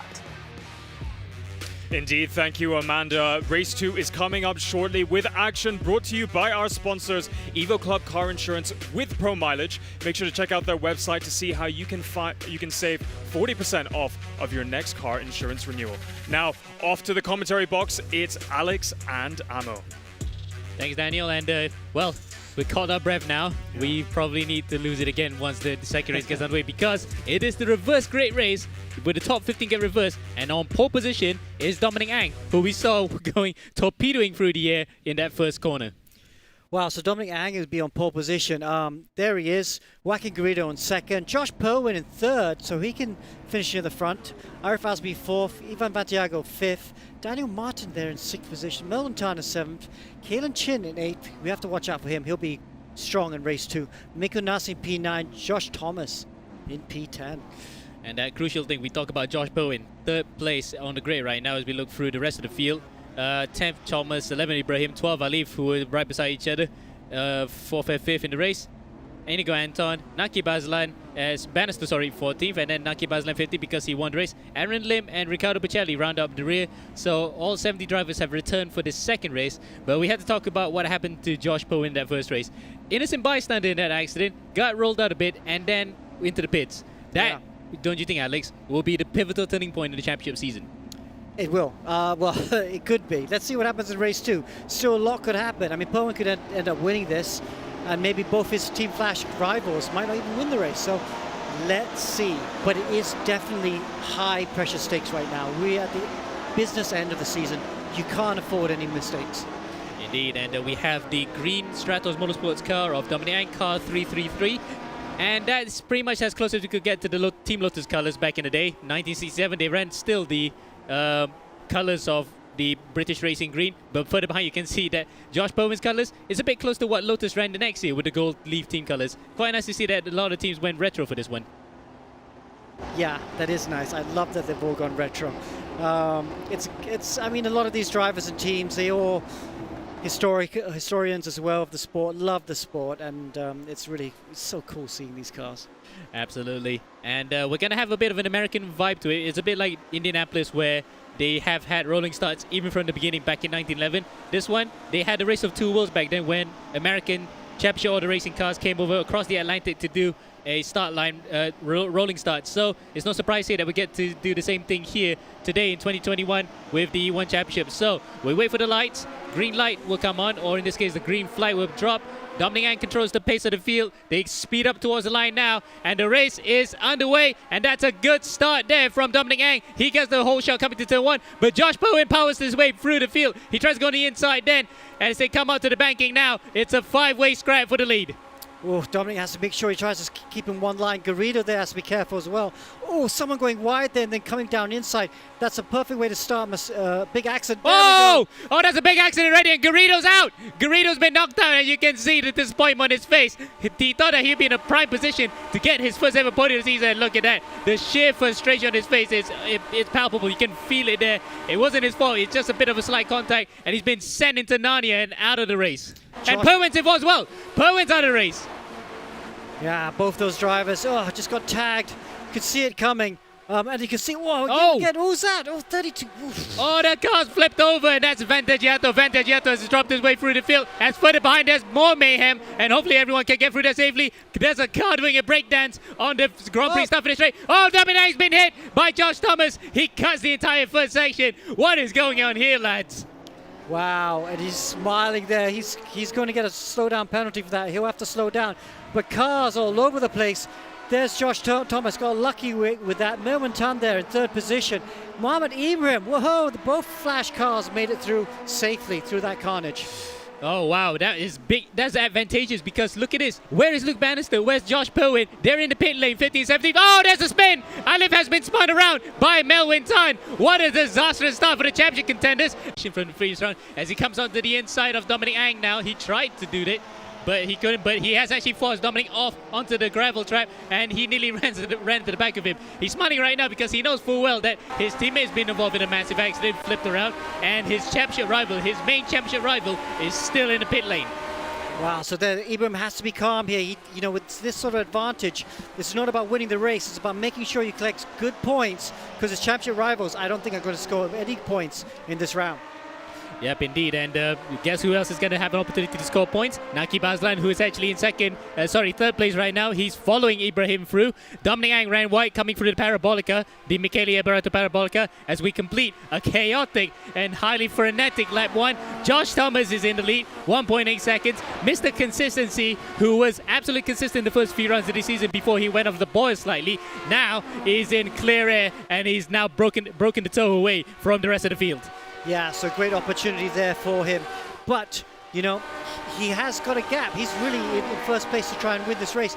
But he's got these 4 cars. If these 4 cars, second, third, fourth, fifth position, if they work together, they could close down the gap to the leader. Yeah, but the slipstream battle here between these guys may not be sufficient because, of course, yes, it might actually come out to the back of Josh Thomas, but if they start squabbling through the wiggly bits, especially through the Grand Prix section, they might actually hinder each other. Oof, there's Naki Bazlan. He's got the toe on Ibrahim, but he's just kind of staying there. They're all just holding station at the moment. And look at that, they've closed down the gap to Thomas already. Oh, but Ibrahim runs wide coming out to turn 1. That allows the opportunity for Nakib. Oh, they've actually hit each other. It's almost Max Verstappen and Lewis Hamilton version for a second, as Ibrahim has to slow down a bit to give position back to Nakib. I think that was probably a common courtesy. That wasn't a penalty by any chance by Alex? I don't know, he just lost all drive. They had that small contact, but then lost all drive out the corner. Don't know what happened there, but Nakib there up to P4, and has let the other two cars, Lim and Ang, through. Oh, I think that was probably because he actually cut the chicane, so he had to actually give up time, because iRacing has that thing where if you cut the course, you're going to have to give up that time, so that's what I think Ibrahim did. And now, consequently, he has actually lost those positions that he gained earlier on, so now he's at the back of that queue with still Melwin Tan and Miko Nasi chasing. Miko's actually going on the inside. Oh, he's actually gone off into the gravel trap slightly coming out of Lesmo too, so that battle probably is putting a bit of a relief on Ibrahim's face. He knows full well that he didn't lose too much time in that particular instance. And it's all looking good for his teammate. Look at that, Josh Thomas, 3 seconds in front of everyone else. So that's really looking good for them. Aaron Lim in second place. He's not finished on the podium in any of the rounds so far. Could this be a chance for him and Dominic Ang up there in second and third position? Best finish of the season so far, 7th, and that was at Indianapolis, where he showed his best run of the forms this season. And he has been there or thereabout in the top 10 throughout the entire season, but never as good as this right now. But he's got a lot of hungry sharks right behind him, with the likes of fellow rear-wheel driver Dominic Ang, who was involved in that. He was involved in that collision that very first race as well. So they're both looking to actually improve themselves in the second race as they start lap 3 now. Josh Thomas with the fastest lap so far of the race, and they come across the line. Dominic on the inside. They're going to go side by side the banking. Nakib there. This and slipstream each other. Maybe they can close down the gap to Thomas. Maybe, but having said that, Alex, it's 3.6 seconds now between them, so they've actually done what I was actually thinking of. When they start squabbling each other, they're going to lose more time, and now they've lost time big time here. So Thomas is certainly ahead. He's probably on his way to his first ever win of the season, but remember, there's still pit stops to go, so mandatory pit stops at any point in the race that they can do to continue all the way to the end. Now then, coming out to turn 1, who's going to be bravest? Well, not turn 1 of the Grand Prix course, turn 3 in fact. And Ibrahim has actually held on to it. So P2 is Ibrahim's. Dominic has actually tucked in P3, Nakib P4, and P5 is Aaron Lim. So Aaron from second place at one point has dropped it all the way to the back. But not all is not lost yet. There's still 24 minutes left to go in this race for him to actually make up a lot of time. Ibrahim's he's got the gap though. Nakib got wheel spin out of turn 4 just now. That's allowed Ibrahim to have a big gap there. Although Asan just about hangs on to P3. And we heard just now what Miko said about Nakib during the interview, that Nakib is just missing a lot of apexes, isn't he? Because he said that he's missed a lot of apex in that one race alone than the entire season he had in E1. So probably he's still not liking the grip, coming to terms with the grip of the car, because cross-ply tires, you have a tendency to slide more. But he has come into this race having won the first race, so probably he's just a bit, just tentatively coming to the race. Okay, as we watch championship leader right now, Ibrahim, let's see some replays from that first lap carnage.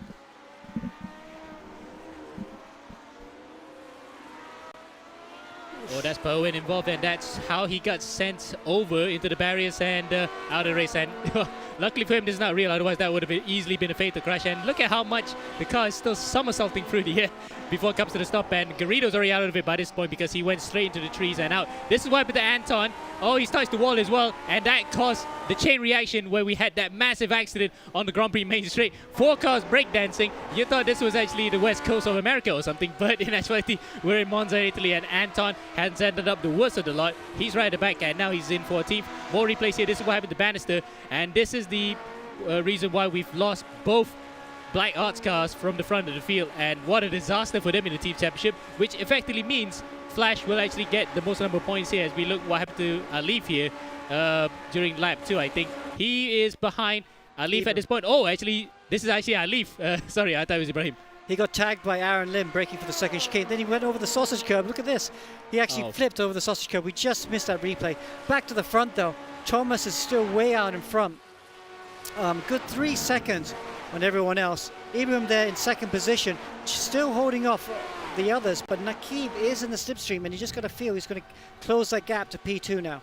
Indeed, and well, this is 2v1, isn't it? We already saw instances this season of teamwork coming to the fore. We're going to have to see it here as well. We see the insets of Josh Thomas and Ibrahim. Josh has moved away for as Nakib goes onto the inside here of Ibrahim. He looked at it, but he braked just in time to avoid having a collision, whereas further behind, Aaron Lim locks up big time, and he has fallen into the clutches of Kalen Chin. But the battle for second, third, and fourth here is going to be intense because it is an inter-team battle. Flash may not be in it for this season, but they will love as well to actually finish high up in the team standings with a lot of money on the line. Well, Alif there looking quite good. Is getting, he was off, so up to P6, so he's not out of it. He's just behind Aaron Lim. And if he can get past Aaron nice and easy. Oh, as he does, Aaron gets wide. He's going to get past Aaron easily. And then if he can just find a bit... Well, not out. He did finish 13th, but not as many points as we would have hoped. This second race, he's now a mere back marker right at the back in P17, with Bannister only going to get 1 point out of this. So Team Flash are looking good in the Team Championship here, coming into the final right at Silverstone. But double points there, isn't it, Alex? Absolutely. But before we get there, let's focus on this race. Ibram, he's closing down that gap to Thomas. It's only 3.1 seconds now. So the speed of Ibram, as Nakib there misses the apex again. Nakib there, he can't afford to keep missing these apexes, because if he loses the slipstream to Ibrahim, that's it. He's no way back from there. Look at these 8/10 off Ibrahim at the moment. So, but I got a feeling this race is not over. Ibrahim's only 3 seconds behind Josh Thomas, and he's dragging Nakib Aslan with him. Exactly 3 seconds across the line as further behind, Kaylee Chin sets the fastest lap of the race. He is behind Aaron Lim right now, so he's in a battle of his own. Further up in front, we're actually looking at this. Josh Thomas, his lead is receding slightly. Not that much, but ever so slightly, because I think Nakib will probably plan to work together with Ibrahim here to share the draft and try to get as close as possible back to the first place. See, I think Nakib's going to be quite smart there. If he gets an easy overtake of the slipstream, I'm sure he'll take it. But otherwise, I think he's quite content just to stay in the slipstream. Because if Ibrahim can keep producing these laps, he's going to close the gap to Thomas, and he'll drag Nakib Aslan with him. Indeed, and as they come across the final corner of the banking into the Grand Prix start-finish straight, 2.93, so they've gained about 700s in that particular lap. But they're coming up to the first corner now. This is potentially where the gap's going to increase if Nakib battles Muhammad Ibrahim. No, he doesn't. So you're right to call that one, Alex. He is playing it smart. They're trying to actually gain the gap onto the back of the leading Safehouse car. As further behind, this is Alif. Yeah, championship rival there. He's not gone. He looks like he's also closing the gap. But he's just out of slipstream right now. Tantalizing out of slipstream. And he's just dropping back from the guys in front. Whereas Kalen Chin and Mikko Nase seems to be getting closer to Alif. Yeah, and the BRM style color car. It looks like a BRM actually. I can't have any way to look at it. It reminds me of Graham Hill and Jack Brabham driving those cars. Such beautiful cars and such a historic name in Formula 1 racing. So we're glad to see that there's a bit of a semblance of the colors here. As he comes through to the Lesmos. P6, after starting right in the middle of that mid-pack. He was lucky to actually not get involved in any of the shenanigans in that first lap. Yes, he might have actually got the hit slightly, but it looks as though he is actually on his way to recovering up to 5th place. Coming out of Lesmo 2, you can hear the car on the power. The full V8, the cost of DMVs, you can hear how it is in full song. It's just a beautiful sight, a beautiful sound. And Ibrahim's definitely closing that gap, and he's breaking the gap to Nakib Aslan. So 2.5 seconds off Thomas, and looks like Nakib is out of the slipstream as well. So Ibrahim's doing a really good job there. And first to 5th, you can see they're coming out of the Ascari. Ibrahim actually can still see Thomas up in the distance somewhat, so it's still a far way battle for the lead, but we still have a pit stop to go. So if those pit stops shake up the order, we might actually have yet another grandstand finish. That's right, we're 13 minutes into this 30-minute race, and we have to think about pit stops. Who could be coming in for pit stops? Interesting then, no one is actually coming yet, because as we mentioned earlier, we already established coming into the qualifying session, these tires are actually quite long lasting, because back then, cross-power radial tires, you can actually just go for an entire race and denser, because Jim Clark, there were tales of him even using the same set of tires that he used in the previous race for all the sessions and up to the next race. As we have lost sight of the pictures here for a second, we'll probably get to the bottom of that, but still though, pit stops may come into play here right now, so we've lost pictures completely. Okay. Okay, just back to the commentary. The race is still going, but the broadcast has stopped. Here we are. Okay, we're back. Okay, so back. Josh Thomas is still leading that race. He has 2.2 second lead over Muhammad Ibrahim. Aslan, though, has closed back up to Ibrahim, so the slipstream has worked. So basically, they're towing each other now, in inverted commas towing, because we are not really sure how much of a gap they're gaining right now. But in terms of actual raw pace, it looks as though Ibrahim actually has it, despite not being in the toe of Thomas. So Thomas is losing a lot of time in the infield section. Okay, so these are the first three looking. There is Naqib Hassan closing to Ibrahim. There's a battle for fourth position between Dominic Ang and Alif. Alif has closed down that gap to Ang, and you just got to feel it's a matter of time before the Singaporean gets through. Yeah, indeed, and he'll be trying to actually better what he did in that first race. Fourth place, he was in front of his teammate Ibrahim, but he still needs to actually be well in front in order to actually challenge for him in the championship right now, which in turn looks not slim because it's only 1 point after the drop points, but you still think that he just wants to get as many points as possible off his teammate because despite being held back for one race, Ibrahim still looks so strong. Yeah, exactly right there. Watch it. Oh, Alif dives down the inside at Ascari. Makes the apex. That's the important thing, isn't it? Yeah, and that's a very, very typical move. And I'm surprised that Dominic didn't fight it any harder because that actually has given up more time to Mikko Nasi and Kaylin Chin. So these two behind him can actually battle with him. So they have to watch out their rears now in case they get the slipstream. And I don't know why Dominic's not tucking into the slipstream. Okay, I know there's a lot more straights later on after this corner. Maybe he doesn't need to. That's probably it. He just doesn't need to, I guess. There's so much slipstream opportunity. I'm just not used to seeing drivers tuck out of the slipstream. Well, he's going to see it now, actually, because he's coming up onto the banking, the old banking at this Monza circuit where it's not been used for proper competition since 1961, but it has been used for the World Sports Car Championship because they still ran the 1,000 kilometers of Monza on the banking. And fun fact, the Ford GT40 was the only car that could keep up with the Grand Prix cars of the era. So when they filmed Grand Prix, they used the Ford GT40 as a camera car. Wow, isn't that incredible? Okay, what are we now? We're almost half distance now. You would think that some of these drivers would start to think about pit stops. Yeah, indeed. And we're coming past, in fact, we're already past the halfway point of the race. So pit stops, I think we might safely say go on to the final lap of the race. As what's happened to the front? So Josh Thomas is actually only 0.6 of a second ahead of Ibrahim. So what happened to Josh Thomas? He's lost a huge amount of time at the lead. Now Ibrahim is right at his tail. I don't think anything happened. I think Ibrahim was slowly closing that gap. He got within 1.5 seconds, and then boom, the slipstream was suddenly came into play, and that's why he's closed the gap to Thomas. Oh, we're rubbing our hands in glee right now. If these two start battling and Josh does hold up Ibrahim at the front, this will bring Naqib Aslan into play, and it will bring, Kaylin Chin was into play as well, but he's about 5 seconds behind, so something happened between Dominic Ang, Alif, to actually give position up to both Kaylin and now Mikko Nasi. So that's a different battle of its own. We might have to focus on that later, but we're looking at right now to the battle at the front. There's Kaylin Chin leading the other pack of drivers from 4th to 7th. Dominic Ang bringing up the rear of that one. In between actually that's actually Nasi in between.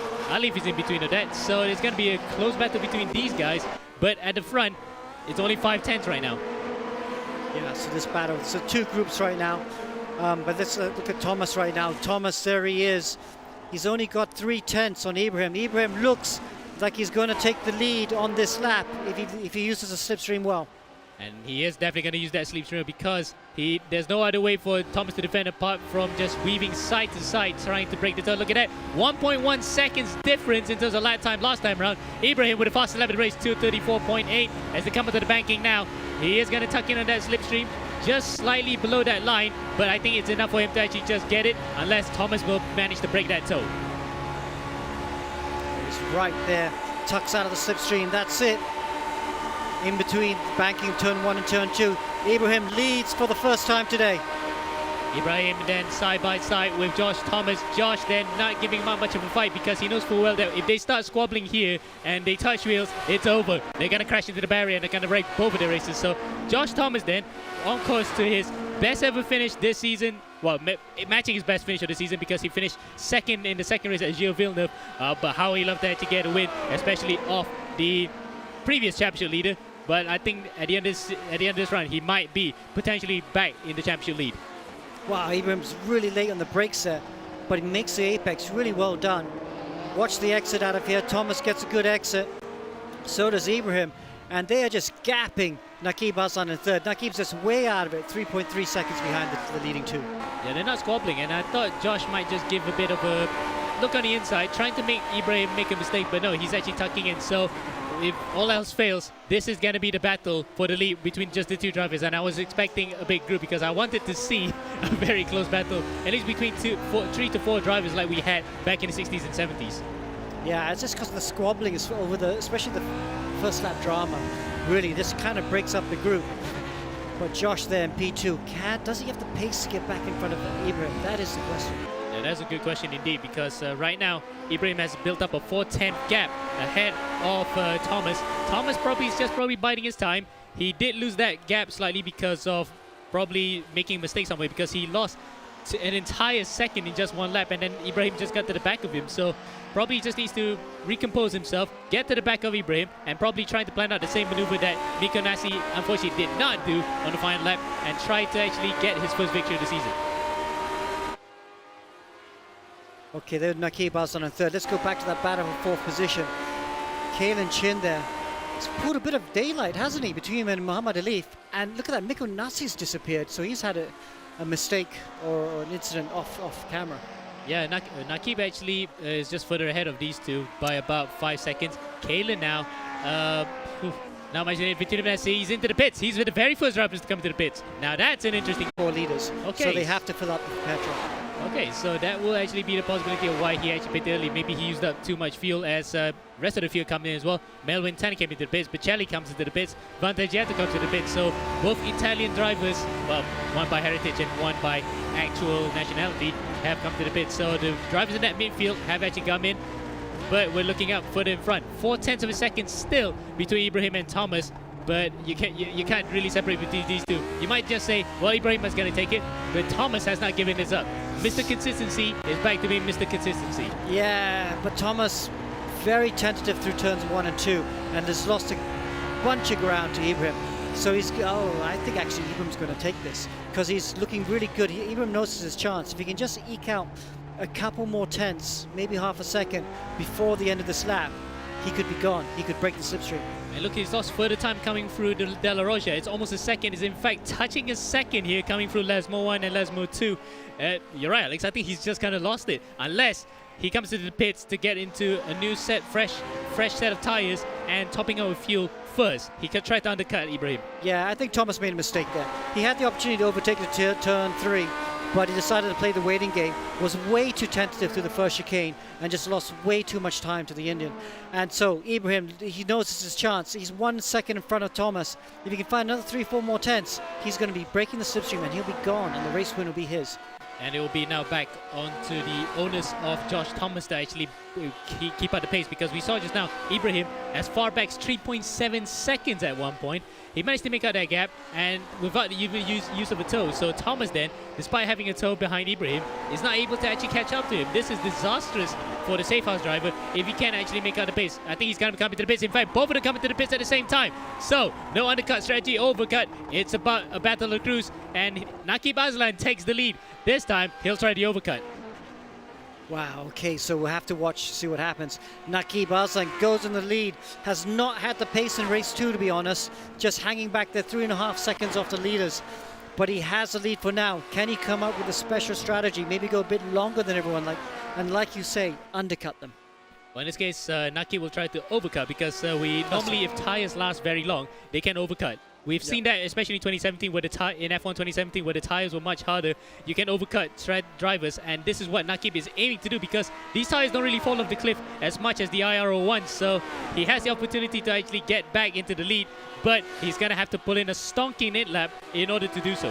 Yeah, my mistake, overcut. You're absolutely right. Look at Kalen Chin going around the outside of Alif. He has managed the undercut with that earlier pit stop, and that's a big gap. So there we go, Kalen Chin up to P4, Alif up to P5, and just behind them, Mikko Nassi in P6. Well, did he really squeeze? Sorry, Alex. Alif really squeezed Kalen there for a second. I thought that Kalen was just going to get involved in an accident, but he didn't back out. He planted the loud pedal, and he's up to 4th. So first of the drivers to stop, well, the ones that are not involved in that accident to get back to the pits. The first driver to stop proper has undercut the rest. Well, I think Mikko Nassi was actually the first to stop, because he disappeared the lap before, didn't he, from that battle? And there he is, there in P6. I want to just go back to the battle for him. Has eked out almost a 3-second advantage to Thomas. So even after the pit stops, Thomas has no answer to Ibrahim's pace. Yeah, must have had a messy pit stop, or maybe he put on too much fuel, lost too much time. Maybe he changed, no, I don't think he changed tires. If he changed tires, he would have gone even further back. Oh, Muhammad Ali. Ali has actually gotten ahead of Kalen Chin, and in turn, Miko has also gotten ahead of Kalen. So probably out of our view there. Kalen was ahead of this pack, remember, coming out of the oval. So he might have been taken coming into the Rettifilio. So looking good there. We should go back to Nakib Aslan and see if he goes in the pit. This is him coming through the last corner. Is he going to use the pit? Yes, he is. But look at the amount of time he lost. It was 26 seconds between himself and Ibrahim as he comes to the pit. Yes, granted, he's going to lose that gap even more because he's actually in a crawl right now. But even before coming to the pits, it looks as though he's losing time, and that in-lap may not be enough to maintain the lead of the race. No, definitely not. Ibrahim should be leading this race comfortably. He's done a great job around the pits. Great in-lap, great out-lap. And look at that. As he comes across the start-finish line. There is Nakib on the bottom of the screen there, on the left-hand side, behind Ibrahim's inset. He's going to come onto the track now. Ibrahim's going to take the lead. The overcut strategy, while it looked effective for a second, is not enough for Nakib to maintain the lead. Now, it's a straight battle between whoever can actually catch up to Ibrahim, as Nakib now tries to build up the speed here, coming from the banking. It looks as though he's managed to maintain second place, but only just because he's only 8/10 ahead of Josh Thomas. You're right, there is Nakib. And of course, he's still getting up to speed. Takes a long time to get these cars up to speed. And you got Josh Thomas there, closing, just behind him, and comfortably in the slipstream now. So coming out to the banking, the second turn here, officially second turn, because it's not like Indianapolis where it's a 4-corner turn. It's pretty much a rectangle. This one is a full elliptical shape, but with 2 straights in between. Now, Nakib Aslan is under pressure from Josh Thomas. Josh, who has not been able to turn the initial pace that he had when he took the lead. He's trying to fight for second. Coming up to the Grand Prix start-finish straight into the Rettifilio. That's not enough. He just tucked in. He's probably thinking of the same thing that Ibrahim did, but it may be too little too late here to tandem draft. No, he's making a mistake again. I would have gone for the lead into that corner, because again, too tentative through that first chicane, has a poor exit and loses the gap to Nakib. It's not that big a worry because there's so much slipstreaming around here. He will close that gap, but it shows a lack of intent. And for me, I would have made that move and see if they could slipstream each other to try and close the gap to Ibrahim. But as it is, you can see that Thomas is definitely settling for either second or third position in this race. And he's doing the same thing like what Miko Nasi did. Remember, we had a Safehouse car in third place in that first race. We thought he was on for the win until he locked up to the final corner, which forced Luke Bannister also off. That gave Nakib Aslan an easy win in that first race. This time, though, Nakib's in second. He has yet another Safehouse car behind. He's going to have to defend it, so it's a bit deja vu, but they would have actually loved to have to battle for the win here. Okay, let's go back to the battle for fourth position, because there's the Leaf, and he's pulled out a bit of a gap, 8/10 on Kalen Chin. That battle behind them between Kalen Chin and Miko Nasi, they're all still within the slipstream, so that should come back together again. Yeah, we look at this battle for fourth place right now. This might be the next best battle on the track, because first, second, and third are 2 spots apart for the on the right hand side of the screen. Vantagiato and Perwin having their own battle. Perwin then very disconsolate 14th place. In the case of what might have been having started on P3 at the start of the race, that could have actually helped out his championship chances after being whacked out in race 1. But in this case, that's how the cookie crumbles. He's going to have to drop this particular round, coming into the final round of the season in Silverstone. That's right, such a shame for Josh Perwin. Let's go on board with him right now. We can see him right now. This is Josh right now. Yeah, he's a lap down, a couple laps down. He's all by himself. Such a shame. Tough for the championship leader. He's going to go away from round 7, no longer in the championship lead. So we go to Ibrahim as this is the final lap of the race now. In fact, we are on the final lap. So Ibrahim then is touring around lap 12. He is definitely going to take back the lead of the championship after such a strong round. 5th place in race 1 and back to winning ways in race 2 after being disqualified from the entire round, the previous round for the Circuit de la South, as Nakib now goes around the outside of Josh Thomas and takes second place. Or is it the other way around, because they were actually battling? But either way, Nakib has maintained second. Josh then not being able to get past Nakib yet, as further behind in 4th place. Alif now battling with Kalen Chin and Nakib, and Miko Nasi. So Miko then, deja vu, is a battle between 3 cars, and he hopefully doesn't want to get on the wrong end of it this time. Kalen Chin on the inside defending for Miko Nasi. They're going to go side by side to the chicane. Oh, that was always going to happen with netcode. Oh dear for Kalen Chin. He drops down to P2. Let's go to the battle, back to the battle for P2 then, shall we? Yep. This is pretty much the closest battle we're going to have on the track here.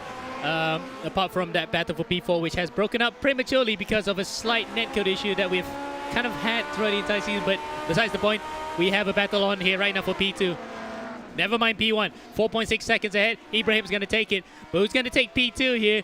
Nakib with a double podium on the cards. He will love to have it again after such a strong outing last time out at the Circuit de la South. Out of the Escari onto the back straight. This is going to be onto the final corner now, the Michele Barretto Parabolica. He tries to break the toe. We're not looking at Ibrahim. Ibrahim for sure going to take the race win as Thomas goes around the outside coming to the Parabolica, and he's off onto the escape road. Again, he does the same thing as Mikko Nasi. He has actually cocked it up at the final corner, but at the front, Ibrahim comes across the line and takes victory comfortably by 5 seconds ahead of Nakib Aslan and Josh Thomas in third place. He might not be too disappointed by that, but it could have been second.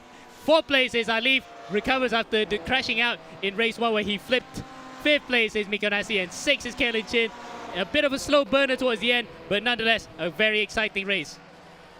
Kalen Chin will be disappointed with P6. I'm sure he thought he could have got P4, but that's the way the cookie crumbles, like you say sometime. But let's go on board and talk with Muhammad Ibrahim. That was a really thoughtful race, strategically perfect, just kept out of trouble. Ibrahim, you've had a tough couple of weeks. What a way to get back on the top step of the podium. Yeah, hello everyone. Yeah, it's a nice win. You know, this was one of the toughest wins. I think this is because the slipstream is so powerful. You know, from 3 seconds back, you're getting a bit of a toe. So it was a very tough race to just make no mistakes, because on this car, if you miss the braking point by a meter, you're straight through the bollards. Yeah, we could see you braking as late as possible, using every inch of the road, especially the first chicane. You looked really impressive there. And was that the right move at that time? Were you planning that? Okay, with Josh just behind you, try and break that toe? Yeah, no, I was planning it. You know, I said take your time and plan when was the perfect time to pass, basically. Wow, Walk us through your start. I mean, there was a lot of carnage that happened, and there's only so much I think we can pick up on the replay. How was the start for you, that opening lap? Yeah, the start was you see cars flying around everywhere. It's so scary. Although you're not even driving in real life, so it's quite scary seeing the cars flying around. Yeah, indeed. It definitely looked scary. Thank God it was e-racing. Congratulations again on a P1. Very, very strong bounce back, and I'm sure it's gonna be very helpful in the overall championship standings. Yeah, and I'm really thankful for the win, and I would like to say sorry for last week and all the mess that happened, and hopefully this continues like this. Thanks, guys. Fantastic. I have to say that's everyone has adversity at some point, but to come back like that with a really strategic masterclass, good job for Muhammad Ibrahim. Well, that's the end of race 2 here for round 7 of the season. We're going to come back next week at the Silverstone circuit. But for now, it's back to the studio with Daniel. Thank you, Amo. We will be back in 2 weeks, actually. Don't forget, make sure you mark the date in your calendar. It will be November 3rd, where we come back for our season finale. There's going to be double points, and there are also going to be just the championship up in the air. Now, before we go to a commercial break, Amo, please walk us through the unofficial results from race 2. All right, certainly. As we now look at the Parabolica, the Michele Barretto Parabolica, we look at the unofficial results for race number 2 here, round 7 at Monza. It's Ibrahim who's back to winning ways. His first win in the championship since round 4, actually. That's quite a long time that he has had a win officially. That's not taken away from him. So that was back at Charlotte Motor Speedway in race 1. Nakib Aslan with a strong weekend for Stratos Motorsports in P2 after winning in race 1. So he'll be walking away a happy chappy. Third place is Josh Thomas. He might have been second had it not been for that lockup, but Safehouse seems as though that last corner at Parabolica seems to be Achilles heel. Fourth, Alif, who recovered well after crashing out spectacularly in the first few laps. Fifth is Mikko Nasi, 6th Kalen Chin, 7th Dominic Ang, 8th Riccardo Pacelli on his home track. A very good finish for him. Best finish of the season so far. And 9th and 10th, the Team EGT cars, Aaron Lim and Melvin Tan. What a good result for that particular team. All right, thank you, Amo. Now we'll actually be going for a commercial break, but don't go anywhere. Despite the action being over for tonight, there is a lot to unpack. We're going to analyze the championship results, go and take a look at the highlights from race 2. All of that coming your way in a moment.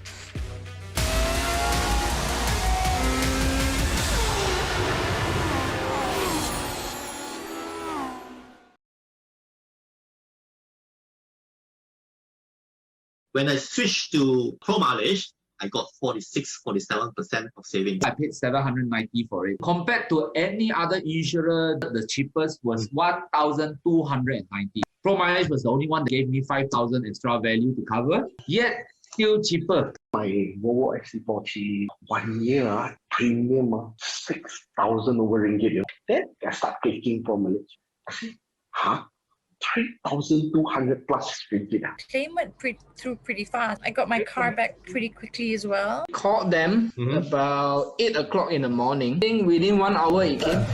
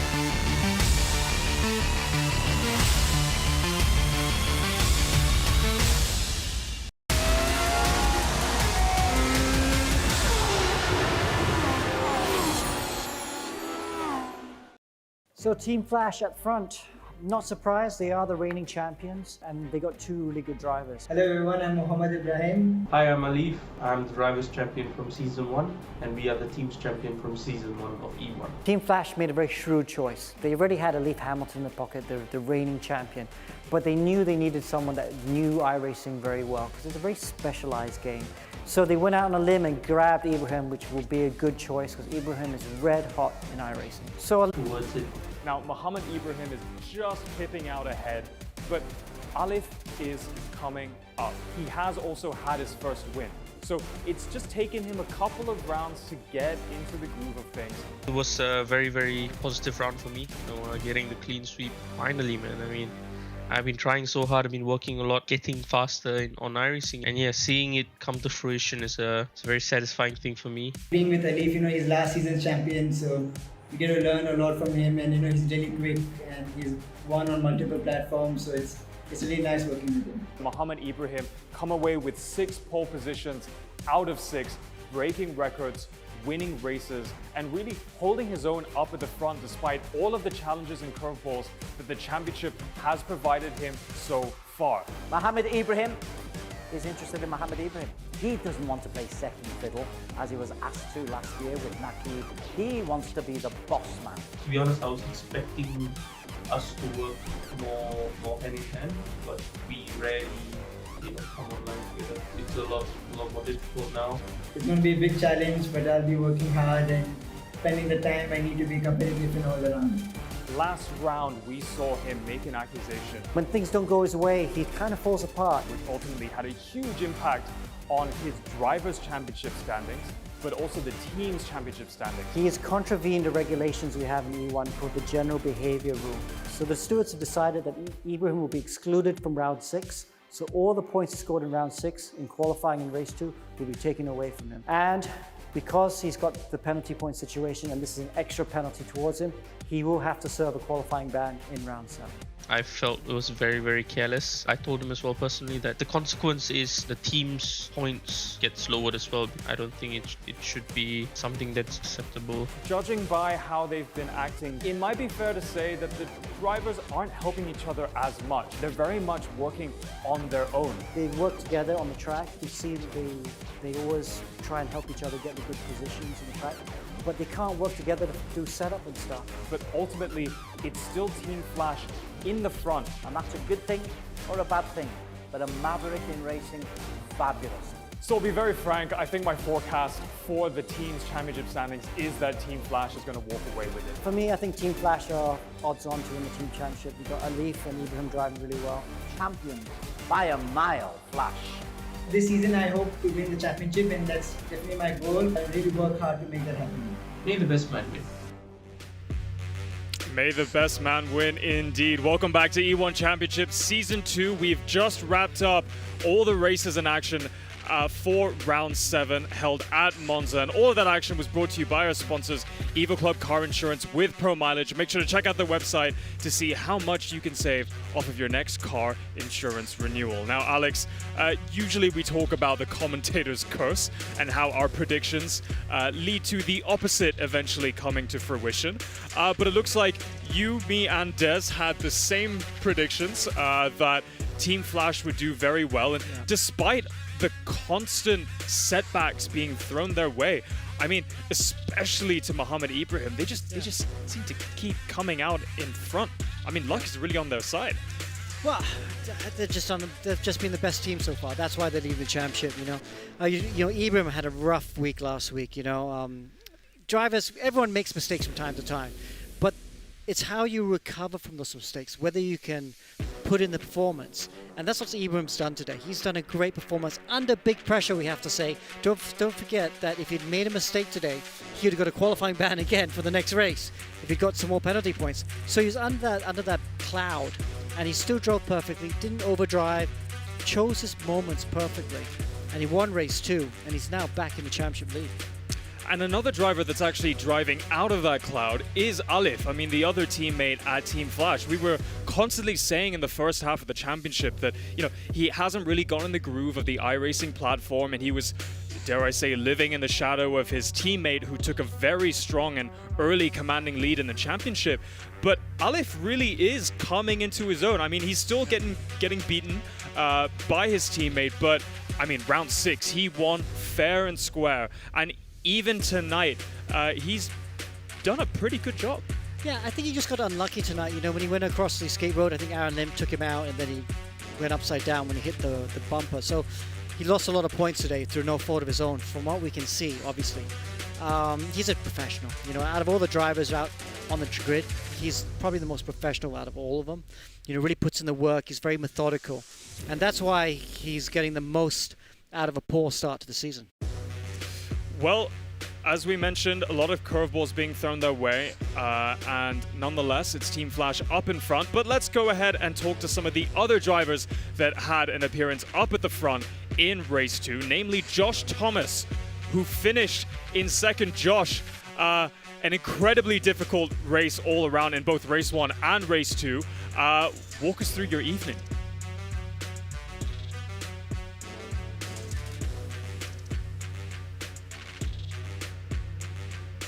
Tonight was just a bit of kind of damage survival. Just try and keep it in a straight line and let the rest do the work. I discussed with Miko and just said if we keep our cars straight and not upside down or in the fence, the results will look after itself. And in the end, I don't think I was actually that slow, but I started, getting the jitters a little bit when I was in front. I haven't led this series, so I wasn't as quick as Ibrahim. I reckon I had Nakib's number, but tell us about how hard it is to kind of keep the car on the black stuff. We saw you snaking around through the chicanes, trying to keep up right behind Ibrahim, and ultimately, you know, maybe getting on the sausage curb a little bit too much and kind of, you know, affecting that traction out of the corner. How hard has this car been to drive?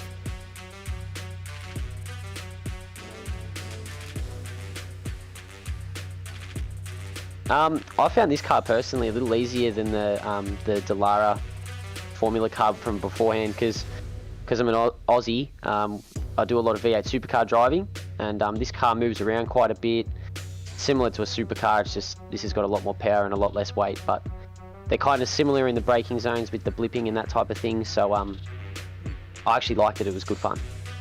Okay. All right. Thank you so much, Josh. Good seeing you in the Lotus 49, and we look forward to seeing you in Silverstone in 2 weeks. Awesome.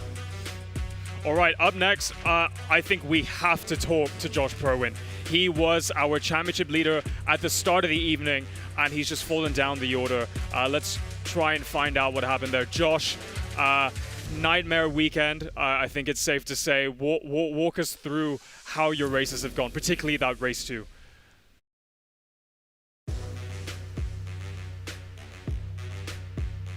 So race 1, qualifying was tough because I lost force feedback about 10 minutes before qualifying, so felt like driving essentially a brand new car. Race 1 was going okay, and then one of the Eurasia cars, I think Inigo, made a bit of a bad choice. We were trying to, you know, catch up to leaders, and then he was starting to battle us in the oval. And then I had to go wide, and then Ricardo, I believe, just hit the wall, straight lined into my car, so that was nice. And then race 2 had a decent start, and then Garrido turned across my car down the straight, so really nice again from the Eurasia cars, and yeah, that was my weekend.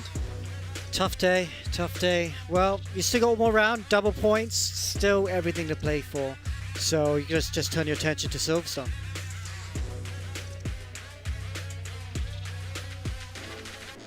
Yeah, I got saved a bit, I think, by I had the highest drop round out of everyone, so, well, not anymore, but I had the highest drop round before this, so I was kind of saved, but yeah, I think, yeah, today was just really disappointing.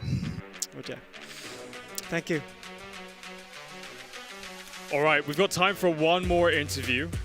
Let's go ahead and talk to, let's talk to Alif Hamilton after this. Let's go in and let's take a look at the highlights first. Yep. Here we go, race 2. And of course, straight away, there we got the Josh and Garrido crash. I'm not sure it was Garrido's fault though, you know. I think Josh actually went into him and caused that accident. I'll have to have another look at that later. And then of course, this first lap shenanigans, the touch there with Ibrahim and Nakib, allowing Aaron Lim and Dominic through. But in the end, Nakib would get back into second, and he would break the toe to the rest. And it was only him that could catch up to Josh Thomas. Sorry, not Perwin. Did a good job to finally overtake Thomas. They would then go to the pits together, and then we saw this, Nakib Aslan on the last corner of the lap of the race, just holding off Thomas for P2. Thomas finished 3, Nakib would be second, but the winner for race 2, Mohamed Ibrahim. All right, and these are the results from round 7. In race 2, it was Mohamed Ibrahim who came out on top. Didn't snag the fastest lap though. That went to Luke Bannister all the way down in P10. It was Nakib Aslan in P2, Josh Thomas in P3, Alif in P4, and Nico Nasi in P5. Next, we have our overall results from round 7. And we can see the combination there from qualifying, race 1 and race 2 put together. And ultimately, it was Nakib Aslan coming out as the round 7 winner. I believe this is the first round that he's won this season. Second round, sorry. And he's going to be very, very happy with that. Mohamed Ibrahim also going to be very happy because he needs those points to come out on top. But a driver that isn't going to be happy is Josh Thomas in P4. All right, we've got time for one more interview. Let's go and talk to our driver that finished in 4th in race 2. That was Mohamed Alif. Alif, pretty good evening. Walk us through of what I can imagine is a very tough and slippery race.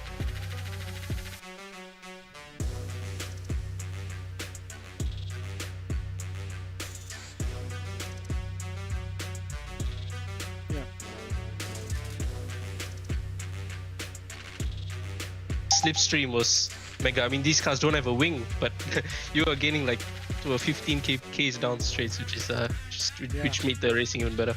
Well, I mean, and again, obviously Team Flash, first and second in the championship right now. I think we'll have a look at the championship points in a second. I think you're over 30 points behind your teammate in the championship. But with double points at Silverstone, everything to play for still. Yep. it's very exciting to think about it. It's 2 weeks, so I've got a lot of time, you know, with my national service and everything to squeeze a lot of practice in. And I hope that I mean, this is racing, you know, anything can happen. I can literally just drop out of top 3 or I could win. So let's just hope that I put in the good hard work, and you know, let's see what happens in Silverstone. Awesome. Good luck and congratulations. Thank you. Cheers. You know, I'm interested to see how much they work together going into the last round. I mean, we saw just after the last break, Alif saying, you know, we work together as a team maybe on the track, and you were saying they've had moments where they work together, but they don't help each other on setup. Alif was kind of taken aback as to how little they've worked together, and he's in the running for the championship. So that's a good question. I think because Team Flash have such a lead in the team championship, I got a feeling the two of them are going to go at it hammer and tongs. And who knows, we might have a cross-center situation as the both of them battle hard for the championship. Yep, and that could mean that Josh Perwin still comes out on top. You never know. That is the beauty of the E1 Championship. That's the beauty of the double points that we always have going into the last round that will be held in 2 weeks. Don't forget, we're not live next week. We're live a week after that. So November 3rd, mark the date. We're going to be racing in Silverstone. Why did you choose this track for the grand finale? I mean, we've had some pretty crazy circuits to end the season. Well, for me, Silverstone's like Spa. You always kind of need those two races in it because it's very hard to get that right mixture of exciting to drive, thrilling to watch the drivers grapple with that circuit, and good for racing. Silverstone, like Spa, you kind of have those two combinations together very well. So that's why we're at Silverstone. Should be thrilling to watch. All right, well, to learn a little bit more about Silverstone, let's throw it to Amanda to walk us through this track. Next week, we will be taking a 1 week break while teams and drivers get ready for the final round. We'll be back for the grand finale on the 3rd of November in the historic Silverstone Circuit, UK. Now, the circuit was built on the site of RAF Silverstone, a World War II Royal Air Force bomber station. It is also home to the first ever World Championship Grand Prix in 1950, when the first British Grand Prix was held. Now, having been here in Season 0, we saw a battle between Naqib Aslan and Kalen Chin for pole position. Will they be able to see themselves secure top 3 once again? Anything could happen as double points will be awarded. We might even see a shift in top 5 positions as teams try different tactics. Now, which team and driver will be crowned the champion of E1 Season 2? Join us for the final race on the 3rd of November, 9 p.m. on EGG. Thank you, Amanda. Don't forget, everybody, to mark the date, 3rd of November, 9 p.m. on the EGG network. We have double points, and it will have a huge effect on the championship standings. And the championship standings is something I want to take a look at right now, because we're going to see what happens before and after drivers drop 1 round's worth of points. Let's go and take a look.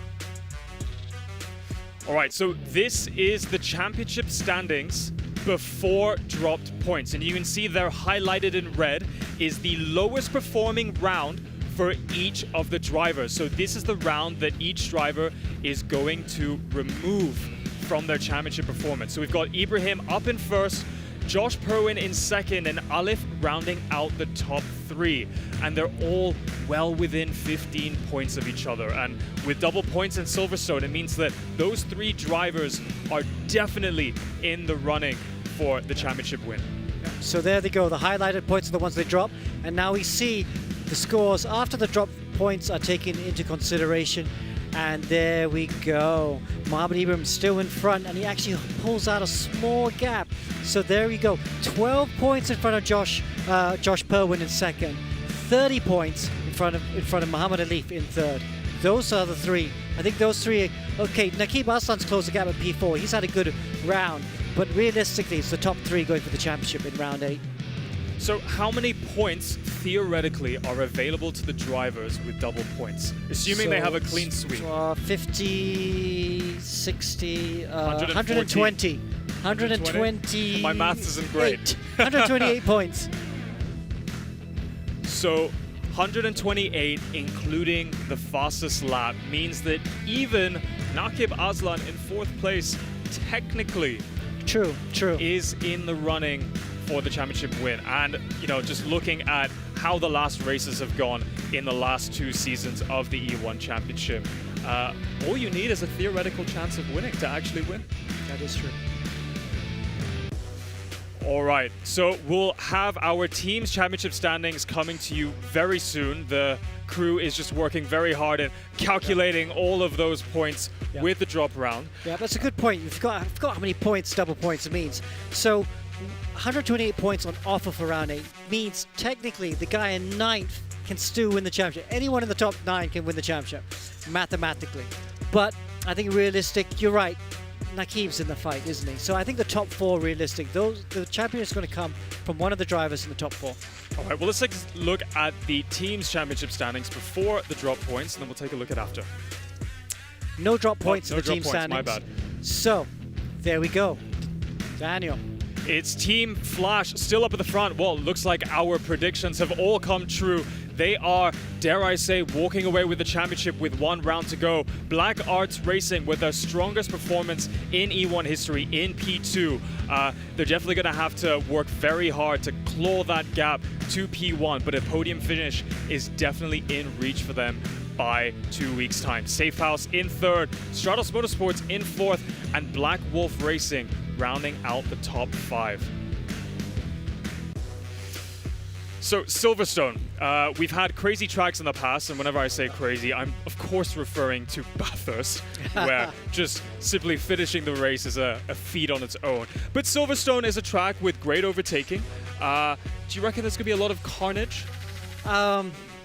Yeah, it is. But unlike the Slipstream Fest we've had over the last couple of rounds, qualifying is going to be important.